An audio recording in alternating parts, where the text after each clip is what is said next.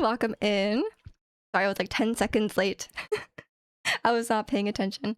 It's not scorching hot outside at once. I know. It's like the last couple of days have been, I don't know what it's been for you, but like it's been like over 30 degrees here.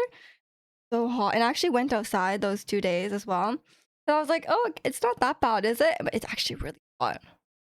I went to Costco yesterday and I was outside only briefly in the Costco parking lot, but it was like, firstly, Costco parking lot is like the worst place on earth. And secondly, it was like, it was just, it was just way too hot. But yeah, how's everyone doing this weekend? Want to put this hair clip in? This piece of annoying to me. Fine, it's fine. 5. Yeah, it's like I think it might even rain today, which is good. We do need a bit of rain.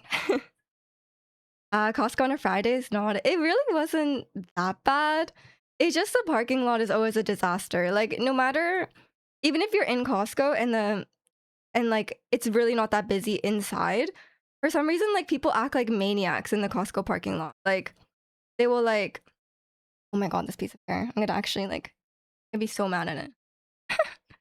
But yeah, so for some reason in the parking lot, there's always like someone waiting for a spot, and I'm like, there's other spots available. It's like, I'm like, okay, it's not that busy, there's other spots available, but they wait for a spot and then it clogs up the whole like the whole lane because like they're stopping, right? And then like that person has like 2 carts of groceries and 2 babies, and I'm like, it's gonna take them like 10 minutes to load up the car. Just don't wait for them. Like it's so stupid. And then they block the way, and then so you're like stuck behind them because they're stopped. You have to wait till you can go around, and it's like a disaster. And I'm like, there's other spots. Just go to the other spots. And welcome into Goni and Costco under a full moon. No, it's like, I think under a full moon is like the time where it's not busy. Like people act like maniacs 99% of the time. This is the norm. You hate being rushed putting away my groceries too. I don't rush. I'm like, bro, I parked at the very back. There's other spots. If you want to wait for me, I'm gonna take my time. There's no rush. I'm gonna pack them away properly. And welcome in, Jose. Costco parking can be like that. Gotta park kind of far away. I mean, yeah, let's just park far away. Like, it's not worth the hassle of parking closer, because like, one, it would be hard to get the spot anyway. Even if you get lucky and you just like randomly get a spot closer, like, when you leave, it's gonna be there's gonna be people like fighting over your spot when you leave, and it's like, I don't want to deal with that. Back, there we go. That's the one. Imagine we can harness the chaotic energy emanating from the Costco. I know. Costco is just like, it's great in terms of like, oh, you can get good deals, whatever. But like once you're inside as well, like I don't know if this is, I would see like Instagram reels or whatever about this, but it's like, oh, the people in Costco just like randomly walking down the aisle, and then suddenly they just stop, or they just like turn around, and you're like, oh my god. I mean, like, can we like have turn signals on the Costco shopping carts or something? Let me just shot patient. I mean, I'm definitely not a person that's like, I gotta park as close as possible. Like no matter, even if it's not Costco, like I just drive until there's like more space, you know? I don't even try if it looks like really full. I go to the next aisle. Like I don't really care. Some people are not like that though. Like my uncle will just like my uncle will like take longer driving around the parking lot to find one that's closer, and I'm like, you know, in that time we could have just parked farther away and just walked. Like it's really not that. What's really funny is putting the groceries away and getting in your car and forget something, and then get out, walk back towards Costco, watch the car leave. I know. Or like sometimes I pack my groceries and then I go get a hot dog, because it's like I don't want to get both at the same time, and then so a lot of times I pack my groceries away and then I just leave and go get a hot dog. That's valid as well. And I'm like, that's kind of on them. Like, if you want to wait, then you take the risk of maybe they're not actually gonna leave, you know? Or maybe some people also, they might have a hot dog and they might sit in their car and eat it. That's valid too. Just make eye contact with them as you're like, I'm gonna finish this entire hot dog and this entire drink. Watch me. Like, you're gonna wait. You're gonna be waiting a long time. I don't know how long it takes a hot dog, but like the Costco pizza S tier. Costco food is so good. I don't really think it's that good. It's just very cheap. It's good for the price. But these days the Costco hot dogs have been so greasy. Like I can't even eat them anymore. I don't know if it's just my local Costco or if it's just like they changed the actual hot dog ingredient, but like it's so disgusting recently. I love frugal pizza. It's a curve. I don't honestly like even bad pizza is good. Like fancy pizza is great, but even bad pizza is pretty good. They replace the pork with oil. That's really what it feels like. Actually, is Costco hot dogs are they or are they beef? Either way, they're really disgustingly greasy. And it makes me feel sick to eat them, so I do not eat them. Even though they're 150. If for 150, it's not worth. You miss combo pizza? What's combo pizza like? Half and half? What glizzies? Like just the normal one. I don't know. I used to be able to eat them, and I don't know if I changed or if the hot dogs changed. Or if I just went on like a bad day and they like did something. They just did something and they were just super greasy. Back in my day, Costco hot dogs used to be. I'm talking when I say back in my day, it was like a year ago. A year ago, they were fine. Suddenly, they're not. It had like veggies and meat. Oh, actual talk. I think nowadays they just have cheese and pepperoni separately. I mean, sorry, the pepperoni one obviously also has cheese. You're not a big glizzy fan. Yeah, do you also find them too greasy? Costco pizza and chicken bake. I've never had chicken bake. Do we have that? I think we have chicken strips. Chicken strips, the bucket of chicken, and poutine, which I don't know if you guys have poutine. I'm guessing you're from America. But yeah, we don't have the poutine. And welcome in, Bear. You're at work. Good luck with. Forgot you work on Saturday. I can't remember the last time you had one from Costco. I usually hit up a cheese pizza slice or a chicken bake. You're a big fan of that pizza, huh? In America, yeah. In America, I guess they don't have. They have Costco poutine. Crazy. It's like not.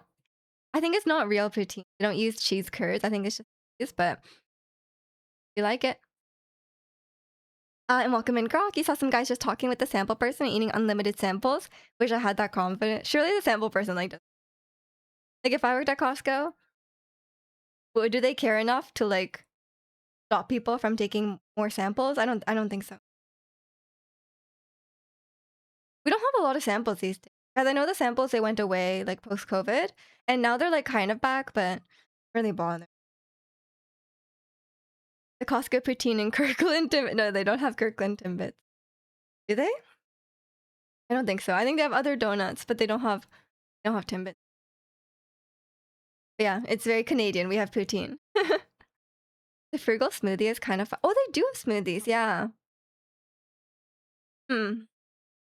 I don't eat that much.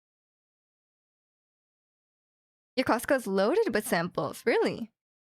I think if I'm walking around Costco, I'm like picturing in my mind. I think there's maybe like 3 samples in mine.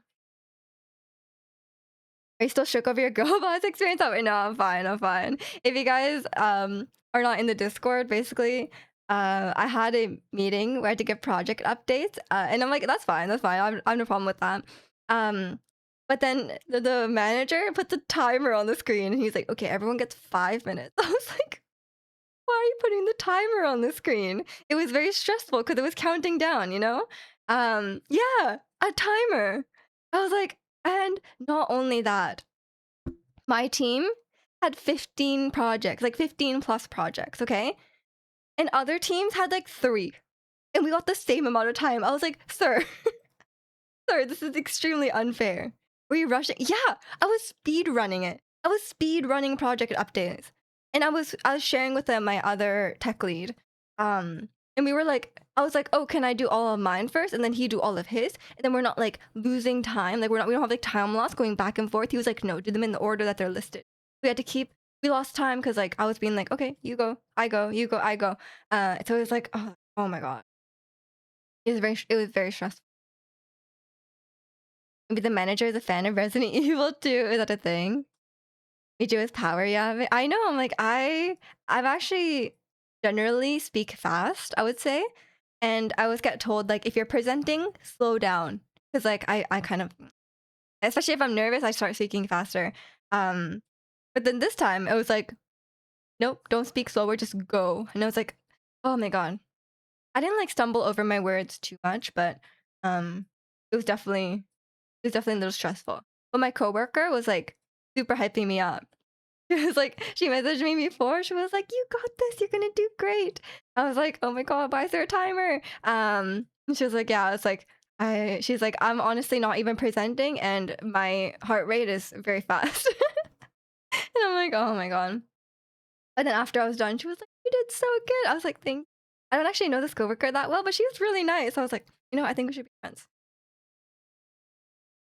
Um, Project speedrun any percent. It really felt like that. I was like, should I split? Like, like is there splits? Remember towards the end, you get 10 minutes to escape the facility. Oh, I don't think I was really short on time. They give you a lot of time, no? They trust you as a boss. I'm not really a boss, but apparently I'm a tech lead. Wait, I was girl bossing it because my company actually has a pretty good, like I work in tech, so like imagine pretty male dominated, but my company has like I always thought that we had a pretty good gender distribution, like relatively, it's not 50-50, but it's like I would say like 1/4 to 1/3 women. And I'm like, and like it's not uneven. Um or I mean it is uneven, but it's like compared to it could be worse, is what I'm saying. It could be worse. But then when I went to the tech leads and I was looking through all the tech leads, like firstly, I was the only woman who spoke at that meeting. Like we were divided into groups and because of the time limit. And I was the only woman who spoke at that meeting and I was like kind of weird. Um but and I was looking at the list of all the tech leads and out of like 35 there was like 3 or 4 women and I was like, I guess it's very uneven on the top side because like when I was thinking about all the women I work with, a lot of them are younger, like a lot of them are younger than me. So I'm like, I guess that makes. She used her Yap God skills to speed through it. I needed every Yap God ounce of ability. But honestly, like I think the first time was a little scary, and even my coworker, like he was also stumbling over his words. I was like, okay, I'm not alone. I'm not alone. Like the people who were like way more experienced than us, they were fine because they don't get nervous in that situation, I guess. But we were nervous. um, but it's fine. We got through it. Although another manager took up our time. Like he was like, I don't want to save my questions till the end. I want to do them now. And he was like, he used them a minute of our time. So then we ran out of time. Which was and then once the timer ended, it was like peace. It was like, oh, I can just give my present. Like I was still like trying to be concise, but like I was like, it felt so much easier after the timer ended. Just a physical timer counting down and like looking at it, that's the stressful part. And even though like obviously like I stream here and I'm like talking all the time in front of people, I'm actually not that good at public speaking. I'm like um I'm not like that with it. So like whenever I have to talk in like large meetings, I do get kind of, because I think when I'm streaming, it's like a very controlled environment, like there's no like stakes here or anything like that. Like there's not people looking back at me. So maybe that's why. I don't know. I thought I'd be really good at public speaking from streaming, but apparently not. Yapping too much doesn't help. She has to condense. Exactly, exactly. It's about being fast. Are you a project manager? No, I'm just a software engineer. And apparently I'm a tech lead, but I didn't know this. I just found that out this week. I guess I got a unofficial promotion, which it was kind of, I'm kind of one of the most senior people on my, if that makes sense. Did the flop sweat? What's flop sweat? stop after the timer ran out. Um, but yeah, whatever. I was sweating. I don't know what flop is, but I was sweating, and then I was fine. Not good at public speaking. I would have never thought with the way you stream. I know. I think it's just different in like a work setting. I think it's there's just more riding on it. You're gonna relax so hard when my IRL timer runs out. Do you have, what timer are you running? Imagine taking me too serious. People do at work. People ask me for help. People ask me for my opinion. Crazy. I think it happened very slowly, you know? It's like I've been working at the same company for like 5 years, and like obviously I started as like a junior, and then over time, like I didn't even notice it, but these days it's just like people are asking me for help all the time. People are asking me for like my opinion on things or like how to do this, and I'm like, I guess that just happens, you know? Did you get some tech lead money? No, I just have like I still have the same position. Cause like I know some of the other tech leads were promoted, like officially promoted to tech lead like a year ago or something like that. But I think for me right now, like my manager just wanted someone to talk at the meeting that wasn't him, which is valid. Like I wouldn't want to talk in that meeting. Um, he he's trying to like not be everything at once. Um, More responsibility and same pay. No, it's the same. Like I didn't get any additional responsibility aside from talking at that meeting. But that's just a new meeting. It's not like a big thing. Um, but it's kind of I didn't get any additional things. I don't know if I'm officially a tech lead or if I was just like they just like were like, oh, speak at this meeting. Like there's no one else who will. Um, Honestly, I don't know. If they gave me a raise this year, a normal raise, and if they give me a raise, I'd be happy. But I'm like super overpaid, so I can't exactly complain. I don't really care. I would prefer not to have additional responsibilities. Although like I wouldn't mind being a manager, I think, because I would prefer to be more in like a people management role versus like just coding all the time. Because like I'm already kind of less coding these days because like I said, everyone's asking me for help. Like I'm already kind of like I think the higher you get as like a software engineer, the less you're coding, right? So I think it's just how, which is fine. Like I don't mind coding and I'm good at it, but it's not like I'm not like super happy to be coding. I'm not like, wow, this is so fun, you know? I just do it. Flop sweat is just nervous sweating. Yeah, I do. I definitely I nervous sweat and I nervous like stutter or like nervous yap. That's not surprising. Lifetime, lifetime, or like your death. Miju, can you help me for real? People like do not leave me alone at work. Like I guess I spend like half my time helping people. Overpaid. I mean, tech industry is super overpaid. Like there's like normal paying jobs, but like the actual tech sector, like working at a tech company, super overpaid. Like I'm happy about it. Don't get me wrong. I'm happy about it. It's setting me up, but like at the same time, like for example, I talk about this a lot. My friend is a teacher. And I'm like, you know, her job is so much more important than mine, but like she gets like a fraction of what I'm getting paid. I'm like, I feel like I guess it's just capitalism. Because like I understand why it's like that. Because it's like, okay, if you're a software engineer, you're bringing a lot of revenue, right? Like your work, the amount of work you do brings a lot of revenue for the company. Obviously, like for a teacher, but it's still messed up.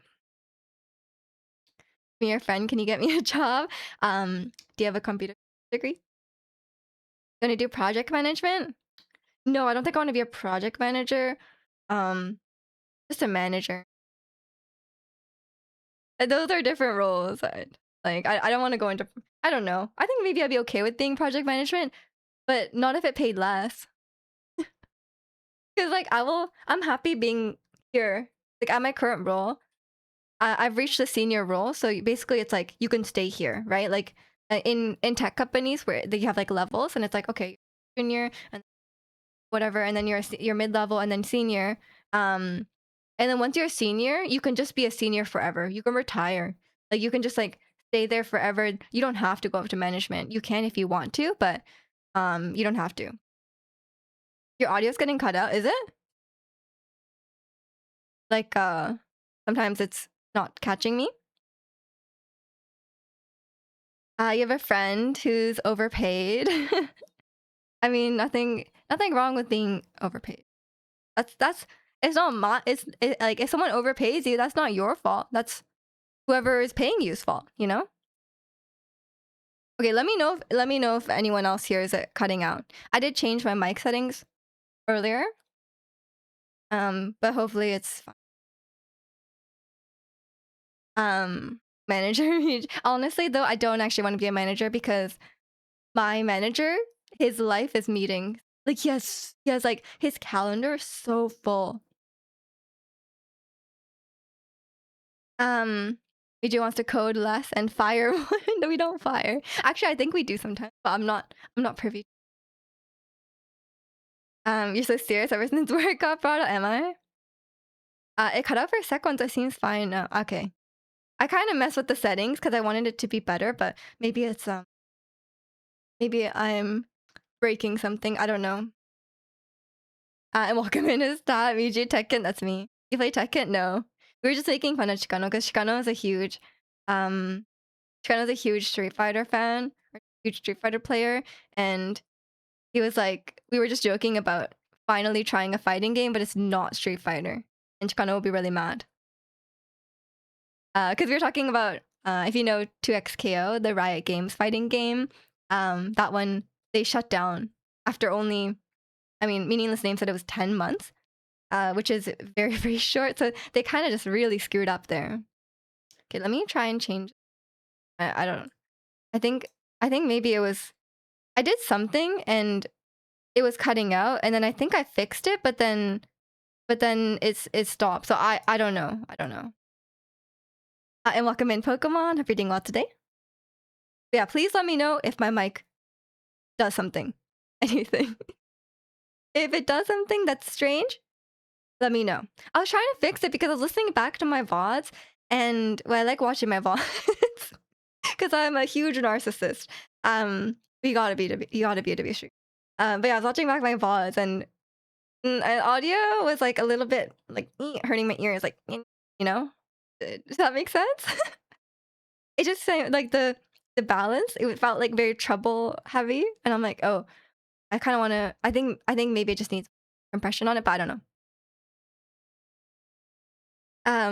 Yeah, happy weekend to you too, Pokemon. Hope you're doing well. Another live service game for the pile. I mean, I don't know if you can still play it after the fact because I oh no, but it's like a multiplayer. So it's like a PV. I think they just really screwed up the marketing for 2XKO because like a lot of League fans were saying like they're like, oh, I play League all the time. I'm like always on the League client, and I didn't even know that 2XKO released. And I'm like, okay, if your League fans don't know that 2XKO is releasing, like that you really screwed something up. Like you got to know. And then I was seeing ads for it on YouTube, but that was like months after it came out, and I'm like, really? So like people at work ask you for help a lot. Does that get annoying? Depends on the person. Some people I'm very happy to help, especially if they're very polite. Some people are very helpless. Some people are very helpless, and like they will ask you for like they will like ask you for help for something. I'm like, oh, try this, and then they're like immediately come back and they're like, oh, well, I did this, and then now this doesn't work. I'm like, can you like try and fix it yourself? Like, like you're also a software engineer. Like maybe try diagnosing the problem a little bit yourself before coming straight to me. But no. But you're gonna get into the Yakuza series soon? Is that a fighting? Oh no, she can channel her inner crime syndicate boss energy and make people cut off their pinkies. She got her own VODs on loop on her second monitor while she's working. Sometimes I just watch back a little. No, it's nice to look. It feels, for me, I like watching back it feels nostalgic. The other day I was watching a bunch of my old clips, and it was like very nostalgic because it's like over like 5 years, almost 6 years now. So I'm like, oh, that's a lot of fun moments from over the years, you know.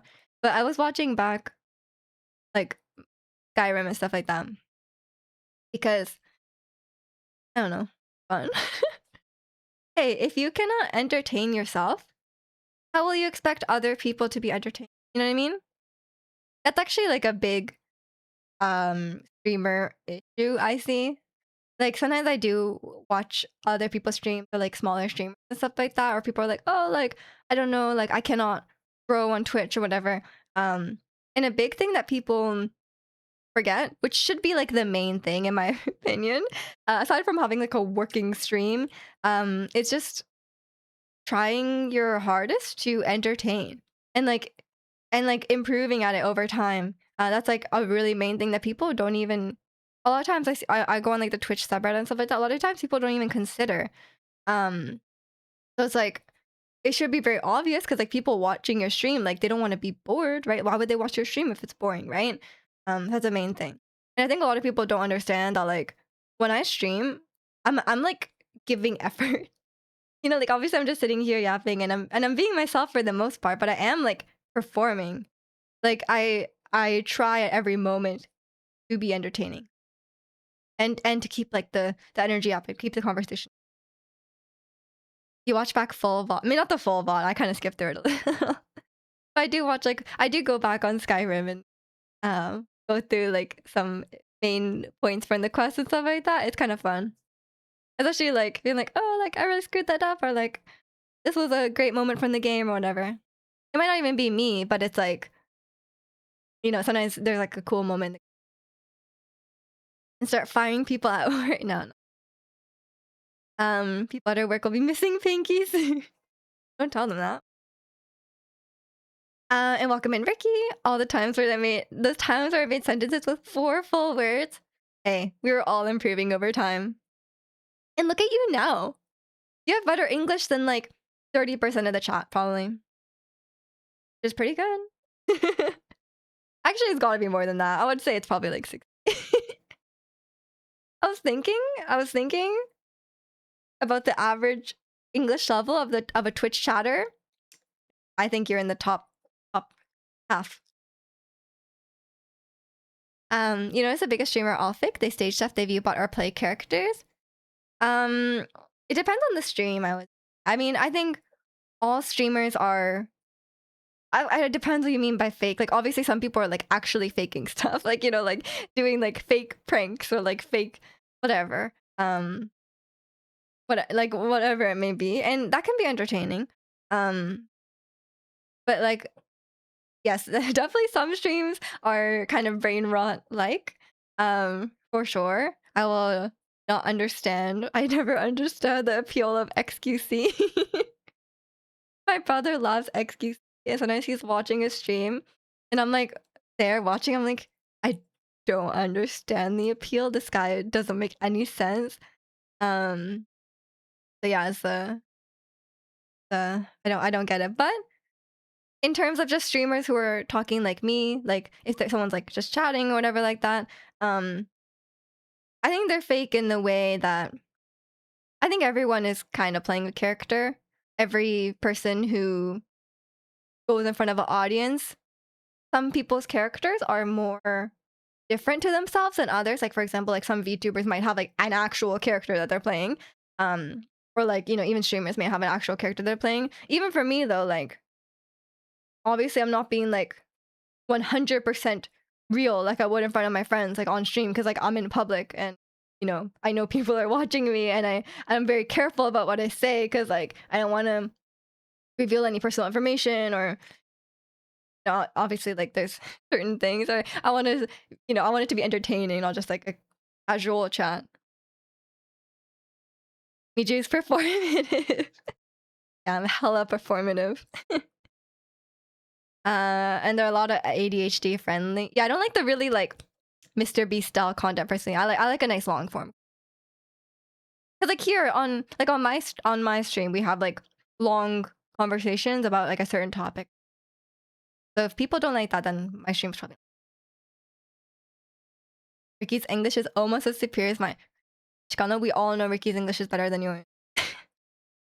You're a 5 out of 10. You made my day. Congratulations. EJ fakes most of her gameplay. She's actually quite confident. Thank you. Yeah, I'm actually so good at. Okay, actually, everyone jokes about you're not there on my Genshin streams, but everyone like, or actually, it's mainly Ricky. The difference between my on-stream Genshin gameplay and my off-stream Genshin gameplay is actually quite significant, because like when I'm streaming, obviously I'm like reading stuff, but it probably for every game, I probably play better off-stream just because there's less distraction. I think a lot of people also like blame streamers for like, oh my god, the streamer like doesn't pay attention to the game and then asks what happened. When you're streaming, there's like a million things going on, okay? There's like people chatting. You have to make sure your stream isn't dying. You have to, you know, be careful about, like I said, you have to be careful about what you're saying so you're not like doxing yourself, whatever. And then like, and then you're also looking at the game. And you also have to be like entertaining about the game. So like honestly, when I'm streaming, about like only like 30% of my brain is like focused on the game, you know? Maybe for when I'm watching like a Genshin story quest or something, it's more. But if I'm playing like Skyrim, I'm like 30% capacity playing Skyrim. So if I like will miss stuff. Like if someone says something, explains something in the game, and I'm like, wait, what's going on? Like it's cause of that.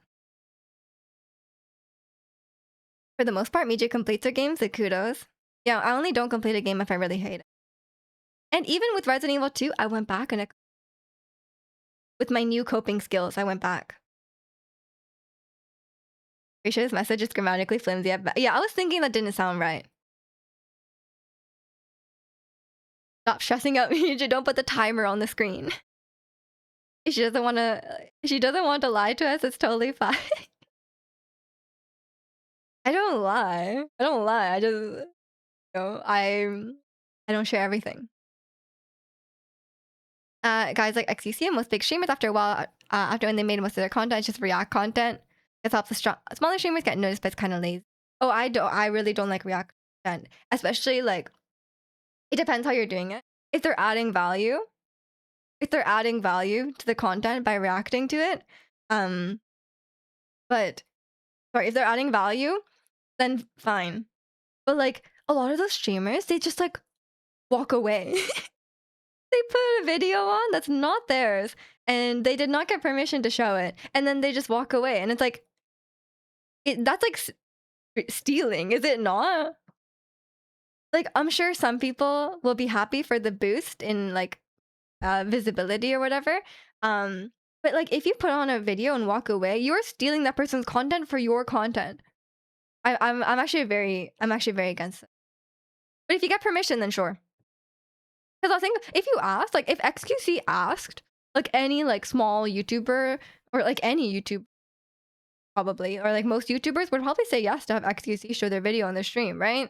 But like a lot of times people just show the video, walk away, not even look at it, and not even like link to the video or anything like that, right?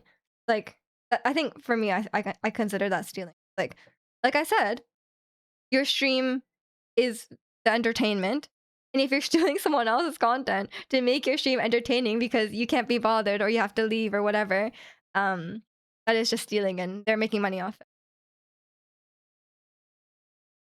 Dakota doesn't watch the Genshin streams either. I mean, they're late. They're late for him. And he doesn't like Genshin. Can we get a redeem to put a 5-minute timer on the stream? I wouldn't be stressed though in this situation though, because I know nothing happens when the timer ends. Sometimes they add value, but a lot of the times they're just eating and laughing. Yeah, that's like kind of a gray area in my opinion. I think like completely wrong is like, yeah, like leaving, not linking the video, yeah, that not getting permission, all that kind of stuff, and then actually looking at the video, and then maybe if you link to it, that's kind of a and welcome in Tony. What are we yapping about? We're yapping about a few things. We're yapping about streamers forming on camera, and we're also talking about streamers react content. And welcome in Beppe. Hope you're doing well today. He looks like a Genshin player to me. they'll take offense to that, yeah. um but yeah, I think and then like some of the streamers are saying like, oh, what am I supposed to do? Like I have to eat. I'm like just like either take a break or like turn off the stream. You don't have to stream for like 12 hours a day. Or maybe I don't know how it works for them, but like I'm like, do they have to stream for 12 hours a day? Can't they just take a break?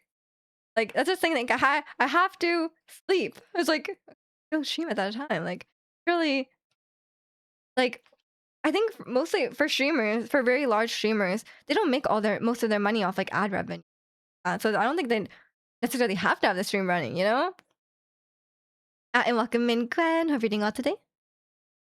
Never stood by people watch other people watching a video. I do sometimes.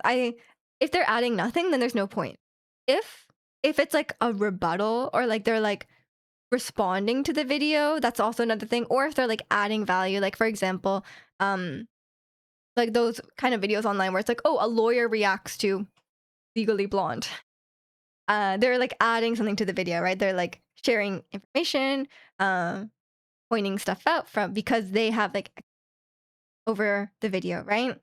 Or like over the content. So that kind of stuff, I'm like, that I think that's valid React content. And the other type of React content I watch, it's the video itself. It's too embarrassing, too cringe, too awful to watch directly. That's the situation where I would, or you don't want to give views to the original video. It's like a really like awful video, you know? But then I would rather watch someone else watch that video.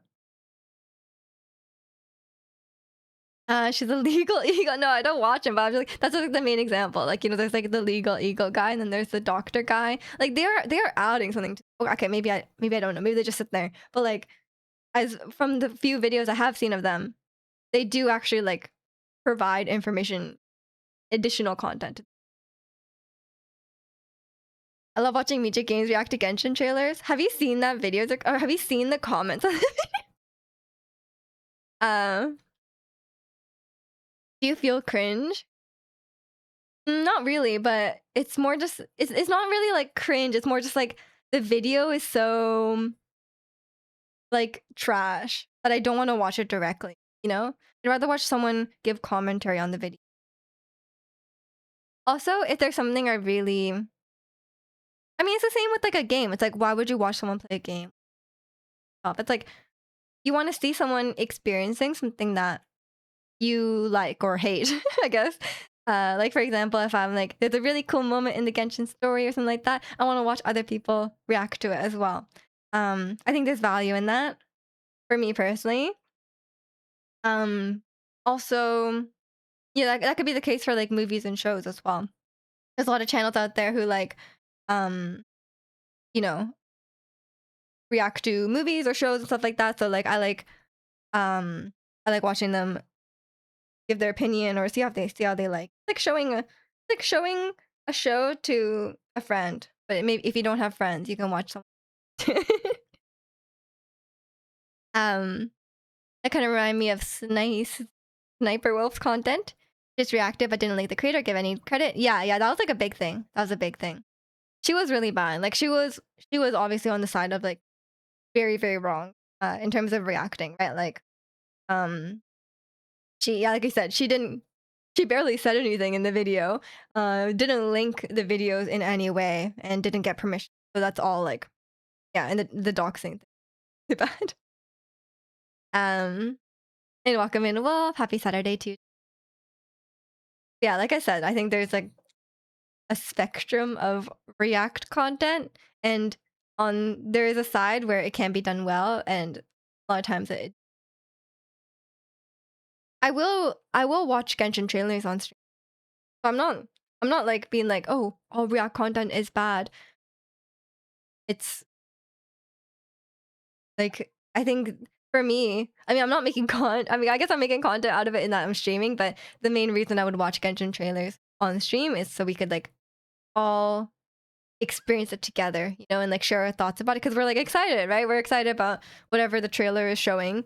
So for me, it's more of like a shared experience. But yeah, if you guys don't know, my very first video on YouTube, actually, it wasn't my very first video, but it was my very first Genshin video on YouTube where People said you should watch every welcome in big. I'm reading a lot today. People are like, oh, you should watch every Genshin character trailer, and then like like watch them on stream because like I never played Genshin before just to see like oh like what characters you like whatever. And then when I was watching it, obviously like I hadn't played Genshin very much. I didn't really know who any of these people were. So like people in chat were like telling me stuff about the characters, and like you guys know I like to like respond to every chat message, even at the expense of missing stuff in the game. Um, so like I was doing that, and I was like reacting to every. I was like reading every chat message, and I was just like we're just hanging out. But I was like, you know what? Why not post this on YouTube? Because like sometimes people want to see it, and like I don't take my YouTube channel very seriously, but like it got like 30,000 views. I was like, oh, that's quite a lot for me. And but all the comments were so mean. Like not mean. They were like they're like, if you just watch the video instead of reading the chat, then you wouldn't have to ask those like you would know the answer to that question, by the way. Or like the comments were like, oh my god, this is so hard to watch because she's like reading the chat. I was like, oh my god. Or there was like really weird comments, obviously, because like the larger the video gets, the more like weird. Well, yeah, there's a lot of comments. I thought I was like, oh, maybe I shouldn't have posted this. We should get roast in the car. I know, but like it was valid. Like it was valid. Like if I, because I posted that video on YouTube, I wouldn't want to watch that either personally. Like if the person wasn't even paying attention to the videos. But yeah, people are really mad about that. I was like, oh, because like some things are good for stream content, but they're not good for YouTube content. You know what I mean? But I'm not a serious YouTuber about YouTube. YouTube knows of us. Cat, were you there? I don't think you were there, were you? This was like years ago. But I used to post Genshin reaction, like or like big moments from the story. I would clip those from the from the stream and post them. But I haven't done that since Sumeru, I think. So I don't do that anymore. But I like looking back on those because like I said, I remembered the Genshin story fondly, and it's been a long time, so it's nice to go back. I think when Draconian Eye roast you, it's invalid. Yeah. Like no, okay. The comments of that video, they were right, but the way they said it was really annoying. And I did eventually respond to someone who was like nice about it, and I explained like my reasoning. I was like, oh yeah, sorry, and like I didn't expect I didn't expect so many people to see this video, first of all, and it was mainly like what am I trying to say? Like I didn't expect the video to get so many views, and also like yeah, it was mainly just like hanging out on the stream and just like hanging out with chat or whatever. The audio still cutting out at times. It's not happen, but happens momentarily every now and then. I don't know how to fix that. I don't know what's causing it. Is it the noise gate? Should I just turn it off? Maybe that will help. Okay, let me know if that helps. I think maybe the noise gate is wrong. Perhaps maybe I'll do it lower. Maybe the noise gate should be a lot lower. Let me try that. Maybe I'm sometimes just being too quiet. I don't know. And welcome in, Angel. Am I tripping? It's a new mic. You sound crispy. No, I changed the settings because I was watching my VODs like a narcissist, and I was like, I'm not very happy. I wasn't very happy with the audio. Is this the same mic? You can see the mic. It's the same mic. But I was like, the audio's kind of weird, so I changed the settings. But apparently, it's cutting out sometimes, which is not good. It's probably the noise. Yeah, I think the noise gate's maybe too low now. Okay, I think the noise gate. Okay, you know what? I think I know what it is. The noise gate is before the gain, so I think it needs to be a lot lower than I think, because it's measuring it before the gain kicks in, if that makes sense. Sometimes if you're getting hated, it's a good sign because it shows you're gore. No, that video has like a 50% dislike ratio. Oh my god. I'll just have to remember as a funny memory. Meet reacts to reactions video incoming. I don't even want to react to that. Honestly, it wasn't a good video. I don't feel strong. I don't think the hate was unwarranted. People were really annoyingly condescending in the comments, which really annoyed me, but I don't think they were unfounded. But thank you for noticing the audio, Angel. I was trying hard to improve it, but I was messing it up a little. And welcome in, Kai. Coming to you from Anime NYC. So many Chainsaw Man you love. Ooh, have fun. Enjoy the convention. Get off my stream, man. Enjoy the convention. Nice gate. Just find the key. It's not locked. It's not locked. It wasn't a banger like the Wii Sports video. That was a good one. No one watches those ones, man. People only like the Genshin ones. I just became a Genshin channel. Which video has a 50% dislike ratio? The one of me reacting to every Genshin character trailer. It's because I was like not paying attention to the videos. It feels like a podcast.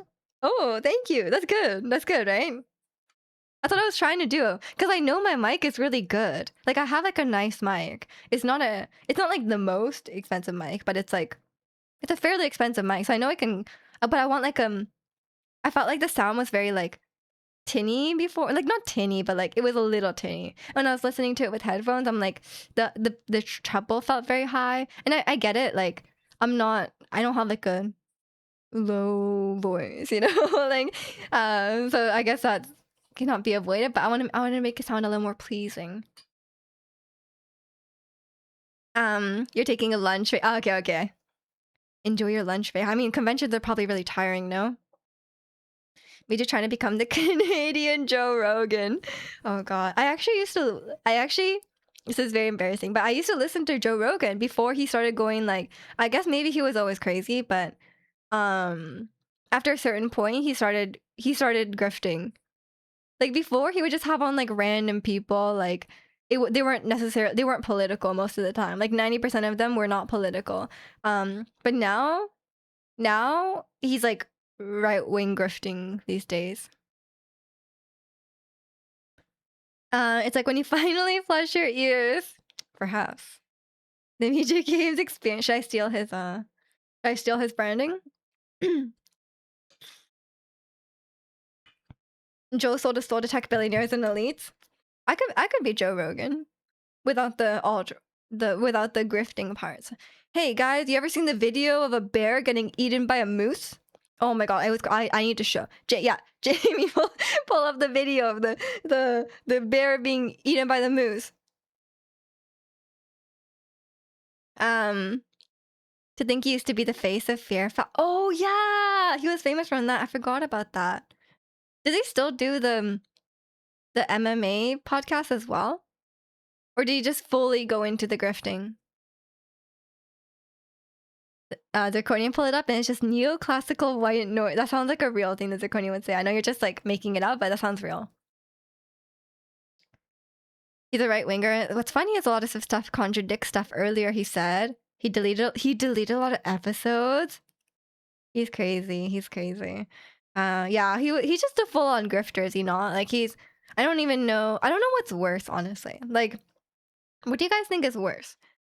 Really believing those things or pretending to believe those things and like pushing content on that, but you don't believe it, you just want money? Because like, one, I guess if you're just in it for the money, that's good, you don't actually believe it, but you're still but you're like knowingly contributing to it, you know? So I feel like maybe that's worse. I don't know. But maybe like they're nice in real life, like they're like not homophobic in real life, but they're like pushing homophobic agenda. I don't know, that seems bad too. It seems pretty bad too.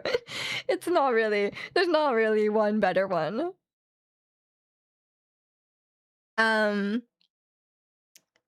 He's still commentating MMA. Oh, okay. He's using motion because more and more people see the rhetoric. It's not called pretending anymore. Oh yeah, you're sorry, it's LARPing. It's LARPing. But LARPing is not the same as grifting. You know what I mean? Pretending it's worse is disingenuous. That's true. I don't know who's worse, Joe Rogan or Alex Jones. Alex Jones is for sure that's worse. If you're dumb and believe dumb stuff, it's fine. It's not inherently insidious. That's true. That's true. It's worse to be knowingly harmful. If you're like unknowingly harmful because you're just so stupid, then I guess you could change, right? Like if someone teaches you, then unless you're so stupid to understand it, maybe you can change, right? But if you're knowingly pushing evil thoughts on people, but you know it's wrong, then you cannot change them, right? They're doing it. You cannot educate them. They already know. So yeah, I guess it's worse. It's like what is it called? Habeas corpus. Which one is it? Is it mens rea? The guilty mind. I'm trying to remember everything from Legally Blonde, huh? I feel like a real believer wouldn't shove it down your throat, kind of. Like Christians who just believe but never force it on others. No, there's real believers who force it on others as well. I don't think they're mutually exclusive. I think that's a different axis. If you're giving 500 million, would you push views you don't believe in? Most say no, but it's easy to say when you're not in that position. 500 million. What are the views though? What are the views? Because like for 500 million, I might push like a some sort of like weird product that's like not that effective. You know what I mean? Like if it's like some like they're like, oh, this like protein powder or something will get you really whatever, but it's like actually like it's just like sugar. Then like I might do that for 500 million. But if it's like really harmful, then probably not. But obviously, like yeah, like I said, it's hard to judge because like I told you guys I'm overpaid. But if I was like struggling for money, that's different, right? Like I think it's hard. But a lot of those people who are grifting, they already have enough money, you know? Like once they have enough money, it's just pure greed and being evil, pushing it more, right? And welcome in, Daddy. Hope you're doing well today. Latissimus Dorsey. Oh my god, I actually had Pilates yesterday instead of today because my instructor is camping, and we are deep in the back workouts. It's hard. It's really hard, and I almost changed my mind about ab workouts being the best because we were doing ab workouts and I was like, oh, this is fine. Like we're doing like the ones where you like you lie on your back and then you like tap your toe to the ground. And I was like, oh my, that's fine. Like that's easy. That's easy. I can do that. And then she was like, do both feet. I was like, oh, we have upgraded. We're doing both feet now. Both feet was hard. And then we were doing the one where you like stretch out one leg straight while you're lying on your back and then do one leg straight. And I was like, this is fine. It's like a little hard, but it's all good. And then we had to do it while doing crunches. And I was like, okay, now this is hard.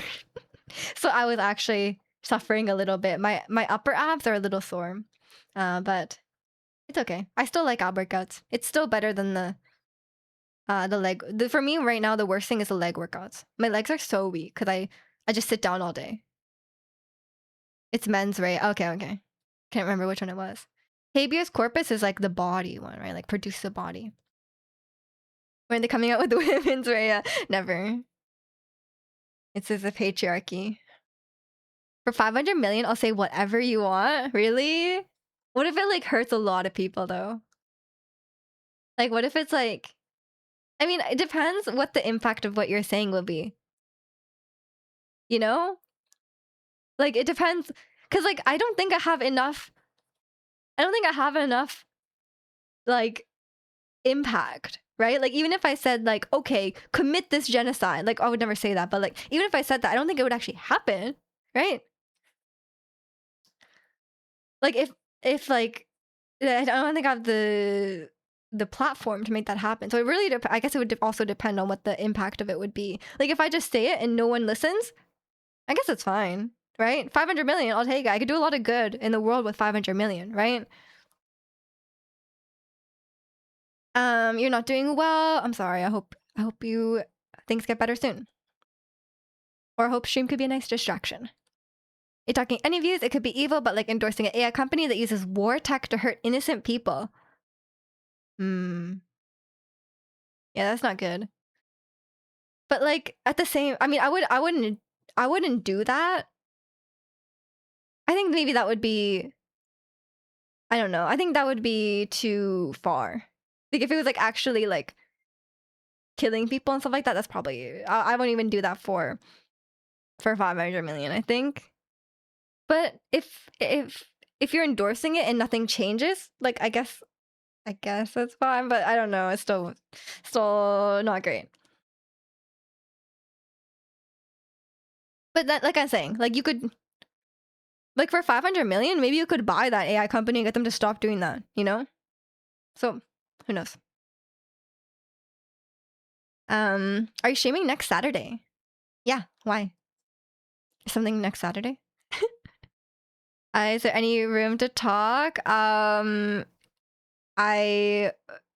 would not say there if it's like a very, you know, if it's like a very heavy topic or something like that, it's probably not the best place here. I would talk to people in your real life who can actually help you. It's not that okay, if it's not that deep, then sure. Just a relation. Oh, okay, okay. I'm a frequent Reddit reader. I should I say that's an embarrassing thing to say, huh? I'm a redditor, guys. I trying to get things off my chest. Okay, we can chime in. We can chime in. Go for it. I need to see that one about what Rossi was posting. I didn't get to read it yet because I was busy getting ready, but I think I've seen this one. The Am I the A-hole? Husband accused me of financial infidelity. And apparently the man, don't surprise, the man is the problem. You do have Redditor. Thank you. No. Oh, I do love Reddit. But these days, actually no, I am on Reddit a lot. Your ex, your girlfriend at the time, asked me to borrow 25K. That's a lot of money. After her trip so she could start a business. I asked for the plan and she hit me with the, are you going to lend it out to me or no? Yes or no? And it didn't because of no plan. That's completely valid. I didn't be, she wanted to break up and told me she doesn't feel any love for me. Right after the breakup, she followed a dude on Instagram that she did when we were in the talking stage. Honestly, man, sounds like you're better off without her. Like, I also take care, Vicky. See you next week or tomorrow. Yeah, I mean, you giving someone, especially a girlfriend, like not even like your wife, giving someone 25K to start a business and they don't even have a plan that they're willing to share with you, sounds like either she just wanted to steal that money from you or oh, I don't know, her business was gonna fail. I think it's very unreasonable to expect someone to give you that much money without a plan about how the money is gonna work out. And welcome in Risto and welcome in Maestro. Hope you guys are doing well today. Yeah, definitely better off without her. And welcome in Protagonist. She's gonna take the 25K and dip. I mean, whether she was or not, it's very unreasonable to expect that. That's too much to give to a. That's too much to give to a girlfriend, in my opinion. I really want 500 million. Don't we all, man? You should try asking daddy. ask them for 500 million to start a business. It sounds like they'll say no though. You love Twi? I love this song. Yeah, it's a good one. We broke up one time and she hit me with the tell me why I should stay. Tell me the biggest thing you have done for me. Honestly, she sounds very immature. She sounds very immature. Like that's obviously like a relationship is not about what the person does for you. Like it's about, a mutual partnership that you love each other. You are? Thank you. What are we talking about? We're just talking about getting $500 million. And also, Daddy was talking about his relationship, his horrible ex-girlfriend, actually. And welcome in Jisoo's sexy husband. No way. Didn't know Jisoo was married. Welcome in. Hope you're doing well today.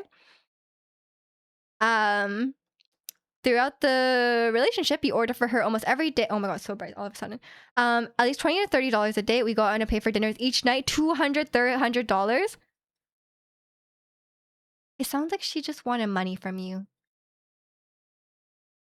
Her country average salary is 400. Right. I think that relationship was probably not going to work out. You're probably best to just move on and find someone who is more interested in a mutual partnership and based off love and respect.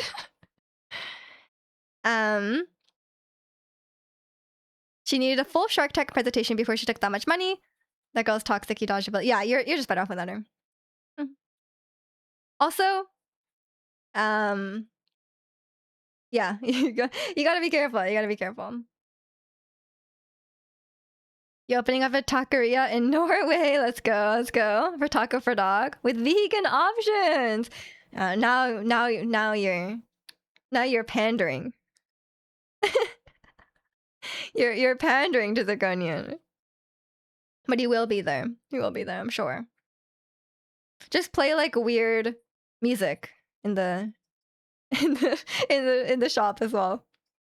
And all the draconians will come flooding in. You'll have so much business. Believe it or not, there's actually quite a few things you can make vegan with Mexican cuisine. Ooh, that's pretty good. Japan is terrible with that. It's not good. But that's good, it works for Mexican food.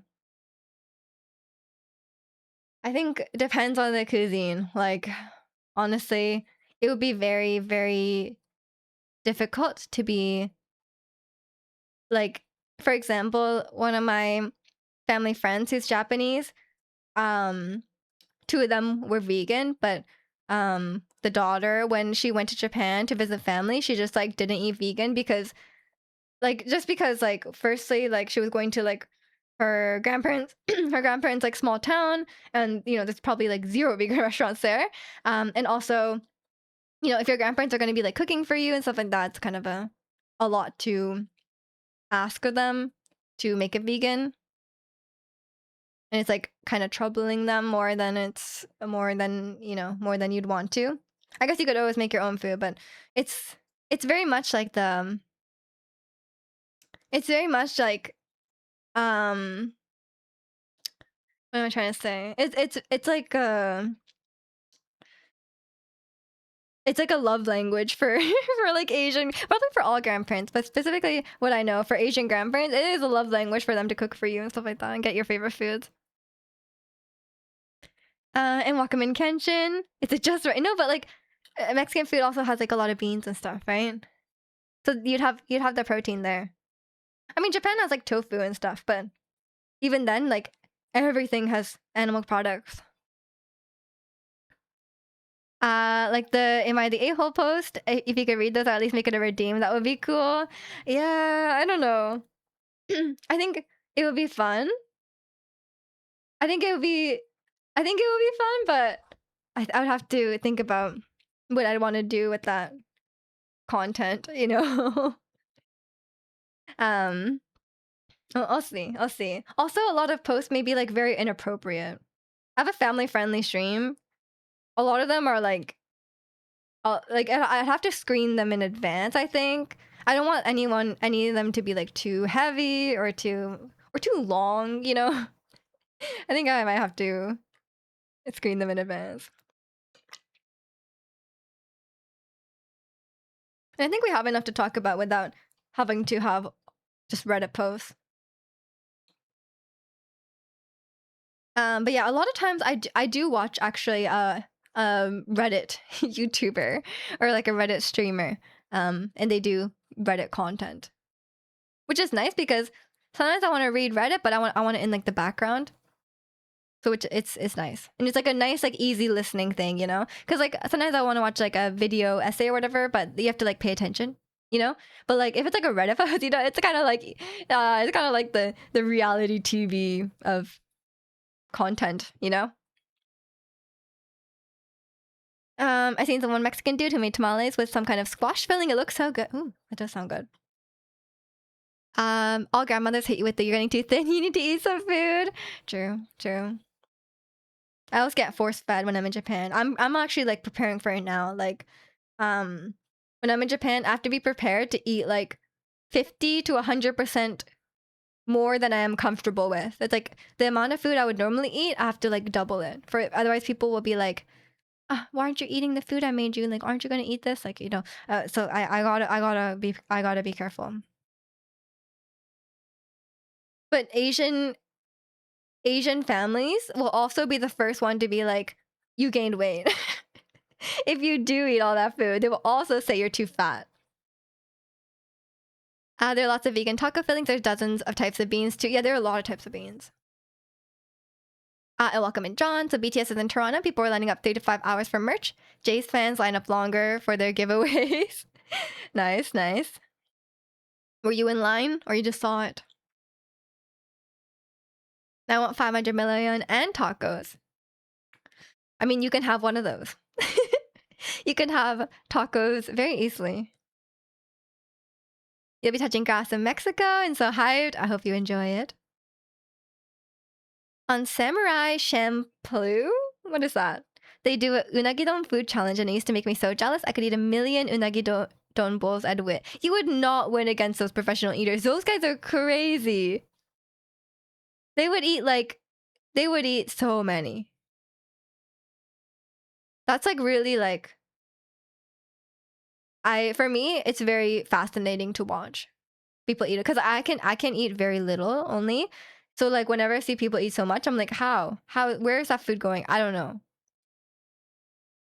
Asian relatives are so upfront. They are.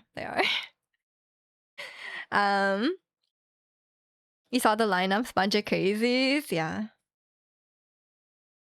They would be begging me to stop eating all their food. No, they wouldn't. They'd be so happy. It's been a long day. Really, Ratsi? What have you been doing today? There's a no. We've the what is Samurai Champloo? What do you mean Chicano's going, do you know who I am? Bro, what? Do you know who I am? Are you really pulling that card? It's an anime. Oh, okay. Chicano is famously a weeb, though. That is true. It was not created for you and Yoko alone, though. It was created for all the weebs. Because I know you guys are weebs. I know it. You might, like, not bring up anime and stuff like that most of the time, but I know you're weeb. See? Takes one to know. Yeah. Takes one to... I already know. Also, you immediately recognize whatever Samurai Champloo is. Oh, the way to bring out weebs in the chat is to be like,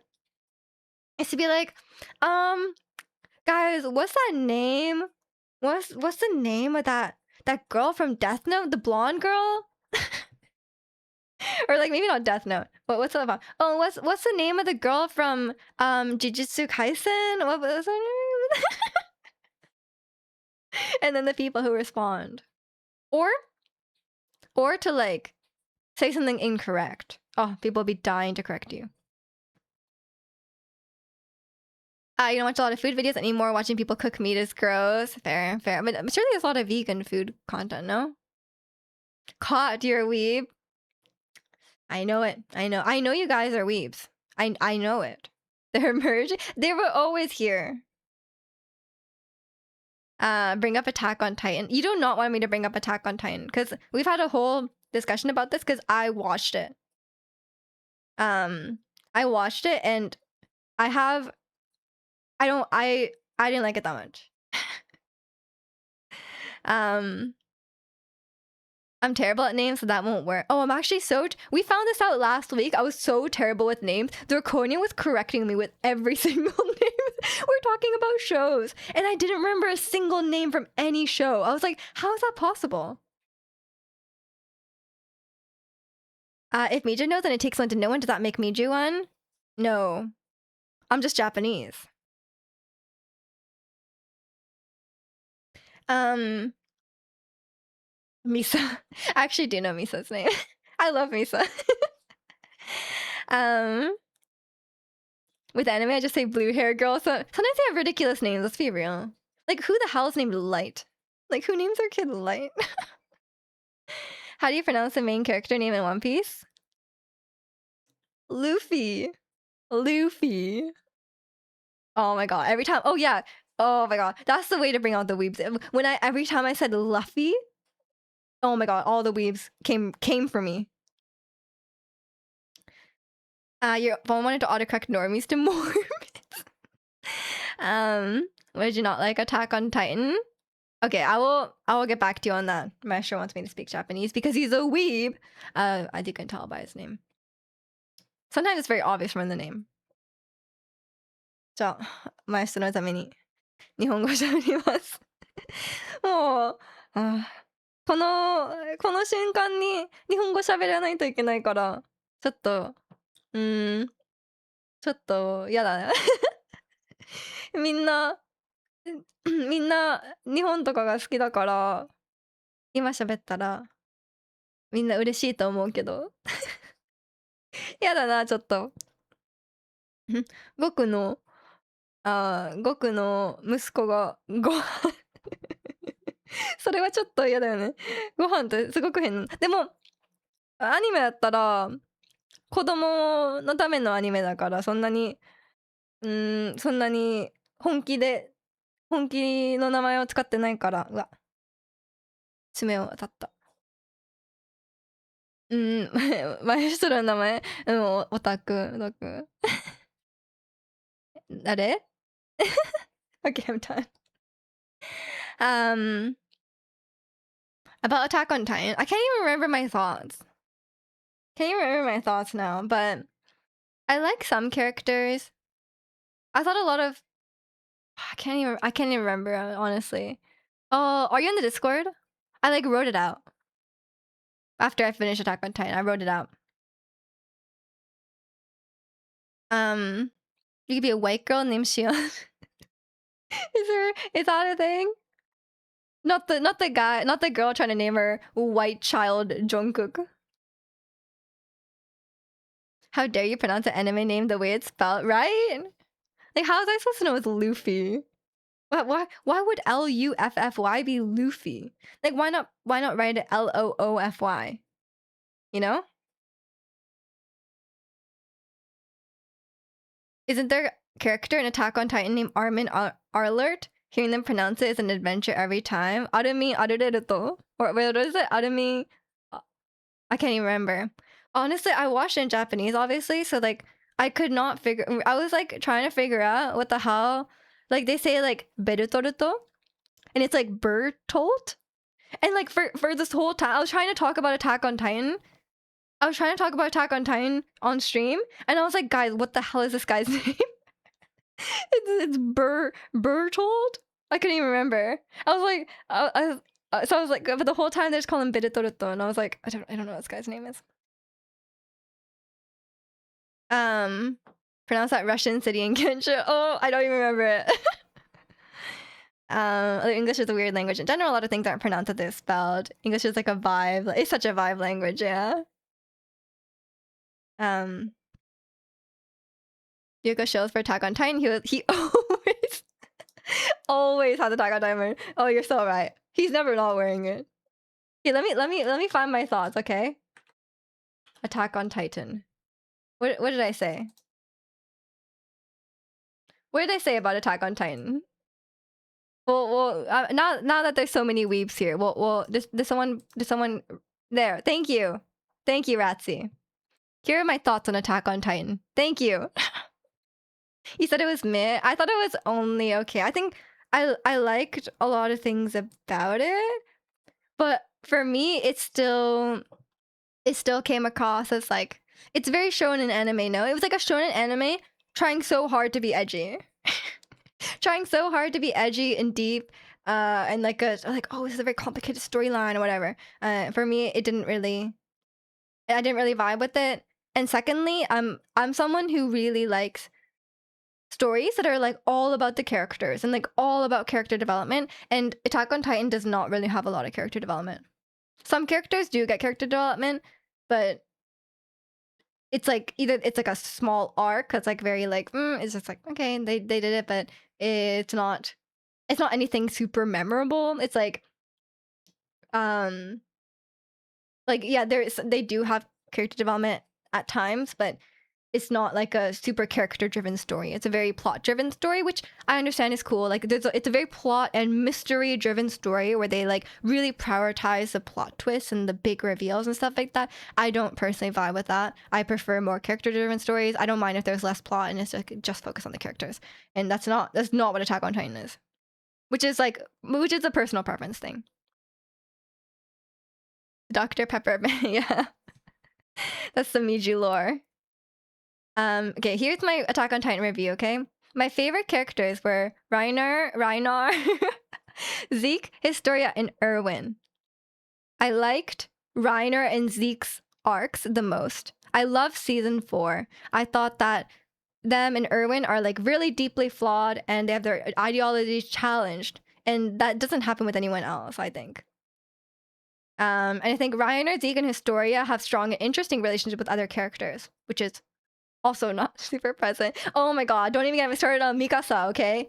Mikasa, what a wasted character. She's such a nothing character. And she's so cool. She's so cool. Her and Levi are so cool, but there's nothing. Was Eren developed a lot though? He changed from wanting to kill Titans to something more nihilistic. I think he wasn't able to have an arc because of the way the story was structured. Like he does have an arc, but he's so bogged down by the story, and the story is very complicated on his side, right? So I don't know. So you don't get to see his arc just because of the way the story plays out. Oh, welcome in, Yolk. Chikano was just flaming you. We're talking about Attack on Titan, and Chikano said, "You're never not wearing Attack on Titan merch." Feel free to disagree, to fight back on that. Mikasa, you're right though. She just needs to be a plot device for Eren. Yeah, super wasted, especially as a main character, right? Like she's like a main character, and literally like Zeke gets more character development than she does, right? She's good at pattern recognition. Oh, okay. So you come to fight back as soon as he changes his shirt. Her lineage requires her to do that. I could have done more. I mean, yeah, it's like I'm not a fan. I'm never a fan of like explaining bad writing with like in-universe stuff, right? Like that's not, they made that as well, right? Like they wrote that. Mijay was trying to ruffle feathers. No, it's just like my this is my personal thoughts. But yeah, these are the things I liked, okay? These are things I liked. I think there's a lot of cool Easter eggs and stuff like that, which, you know, I'm gonna understand if you like go back and watch. It's like, oh, this mystery was like, oh, it was foreshadowed here or whatever. But I didn't really notice most of them until obviously I didn't notice most of them because I didn't know what's going on. I really like season 4. I won't give my whole thoughts. It's in the Discord, but like I won't give my whole thoughts. But I thought I really liked it. I thought it was the best season. It was a bit convoluted. It wasn't perfect by any means, but I think I had the strongest themes. I like stories with good characters and good themes. If a story has no plot at all, but it's just about the characters and the themes, I think that's for me very compelling.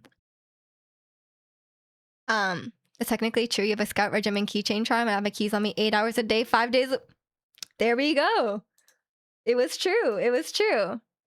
But yeah, my overall thoughts on the story, I would think, yeah, I think the mystery was, I think it was well done.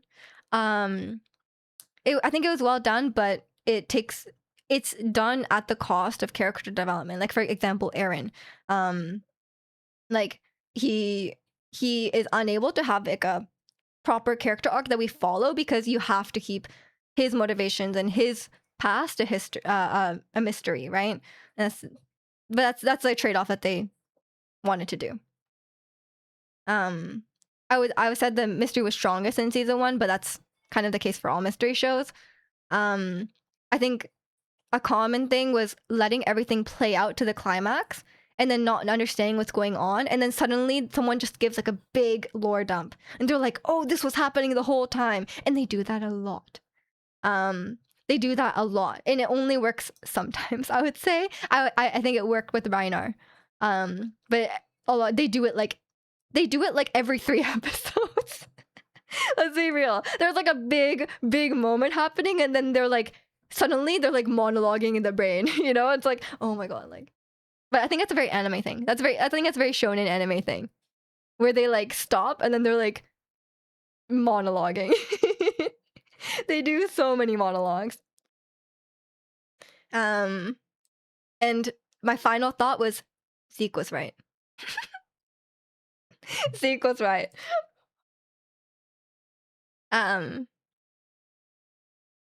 The question said it tries to be deep, but isn't that the thing to making something deep and complex? Just because it tries something doesn't mean it isn't what it is. I would say I'm talking more about the themes. I would say, because I think in seasons 1 to 3, they try to have these really like adult themes and like serious themes and stuff like that. It doesn't really come through. I think it still feels very for me, this is a personal opinion. For me, it comes across as like edgy. I think in season 4, the themes were well developed, and it actually played through in the story, and the themes were very cohesive. But in seasons 1 through 3, I don't think it was. I think maybe it was maybe just focusing on other things. Aran, previously from 50, I love her. There were lore dumps. Aran from 50/50 was a main character in Attack on Titan. Yeah. Doesn't that one guy also take 5 minutes every fight to That's everyone. That's literally every character. Every character, it's not even 5 minutes. It's like 10 minutes. And the episodes are only like 20 minutes long. Sometimes the monologue will be like half the episode. But apparently that's like a shonen anime thing. Because like it's very much like a tell don't show kind of thing, you know? What happens? What? In the monologue or when the monologue ends? It's also Ocean's 11. Oh yeah, it's like a heist. That's a heist movie thing for sure. You know, they say like, oh, like if they tell you the plan beforehand, the plan will go wrong. And if they tell you the plan after, then it's like it's gone exactly according to plan. But that's different. That's like part of the appeal of that. Which I guess it might also part of be the appeal of Attack on Titan. Thoughts on Sailor Moon? I haven't seen Sailor Moon since I was a kid. I don't remember anything about it. Wait, it's a kids show. And Studio Ghibli?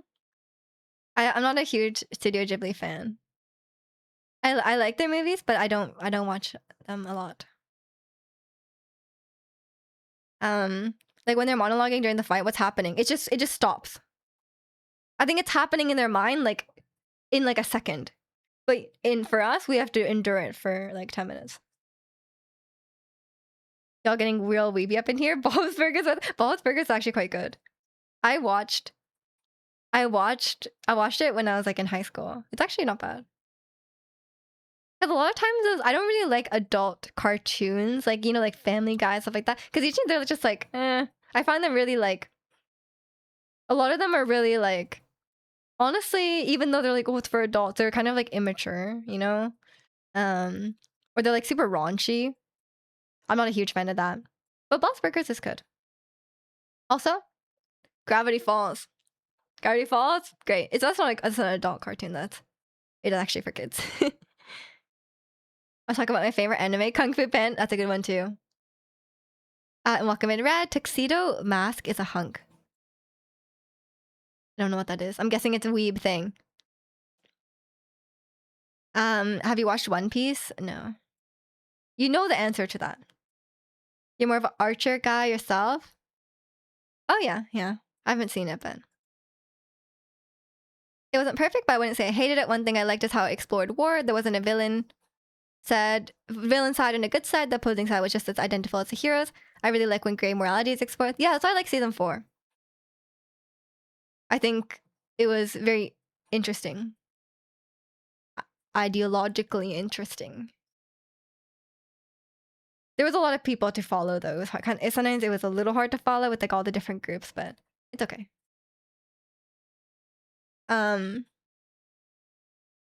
does Family Guy even have a plot? No, it's more of a sitcom. It's all potty comedy or whatever. Mozart, it's very Mozart code, is it not? But yeah, it's I'm not a huge fan of those, like Rick and Morty and stuff. It's like, did you learn XG's Girl Gang yet, or still can't request it? I have not listened to it. Sorry. um, Family Guy is funny. I'm sure it's funny at times. It just it's not my thing. It's really not my thing. I like, yeah, like I said, I like character-driven stories. I like, yeah. Honestly, what's one type of show that you will always? For me, it's like I love. This was very popular for a while, and it probably still is. But I love shows and movies about capitalism. I'm like, damn, it's about capitalism. I'll watch it. Or just like, yeah, very, very good acting. What about Toxic Till the End? I've definitely listened to that. Do I know it? I don't know. Can't remember. Probably not enough to not mess it up. We would watch a 10-hour doc on. Okay, maybe not a 10-hour, not a documentary, not a documentary, like a, like Squid Game season 1. That's like the most well-known example I could give. Family Guy's more episodic, but it'd be cool if I had more overarching stories. I think it's good when sitcoms have both. Like it's like you can watch each episode, but if you have like an overarching plot, it's also satisfying. But not so much that you can't watch just a single episode. At this point, just be Das Kapital. What is that? If a doc, I don't want a documentary, man. I don't like documentaries. Who do you think I am? A nerd? Karl Marx? I know, right, okay. Oh, no, not read that. Yeah, be quiet. Karl Marx. Don't read it. Oh my god. Okay, I wasn't planning to just sit at home and read Karl Marx. It's fine. He's got a lot of good for it. I'm sure he does. I meant like entertaining shows. You know? Miju the Marxist. Hey, it's got a nice alliteration to it. To go from Miju Games to Miju Marxist. Miju loves no, I love shows that are about capitalism, about the horrors of capitalism. Miju can't go out with friends today. She's eating more. Not that I was gonna go out with friends anyway, Ratsy. Okay. I'm just gonna quickly. Speaking of capitalists, enjoy some Malamar.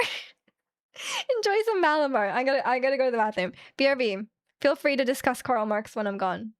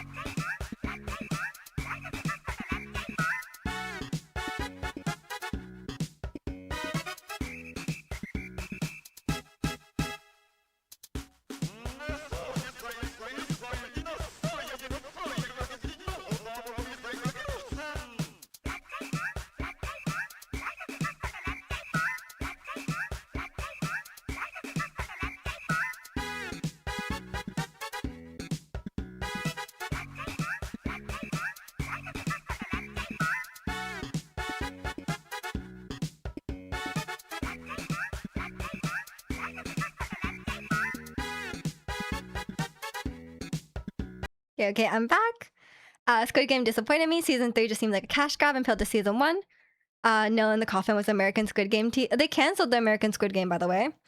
But yeah, it's season 2 and season 3 were not good, but it was a cash grab. The creator straight up said, like, I was never planning to make a season 2 and 3, but they offered me too much money to refuse, and I'm like, you know what, like, good on you for admitting that, like, not pretending it's some like great work of art. Because like I think Zirconium was the one who mentioned like season 1 was like like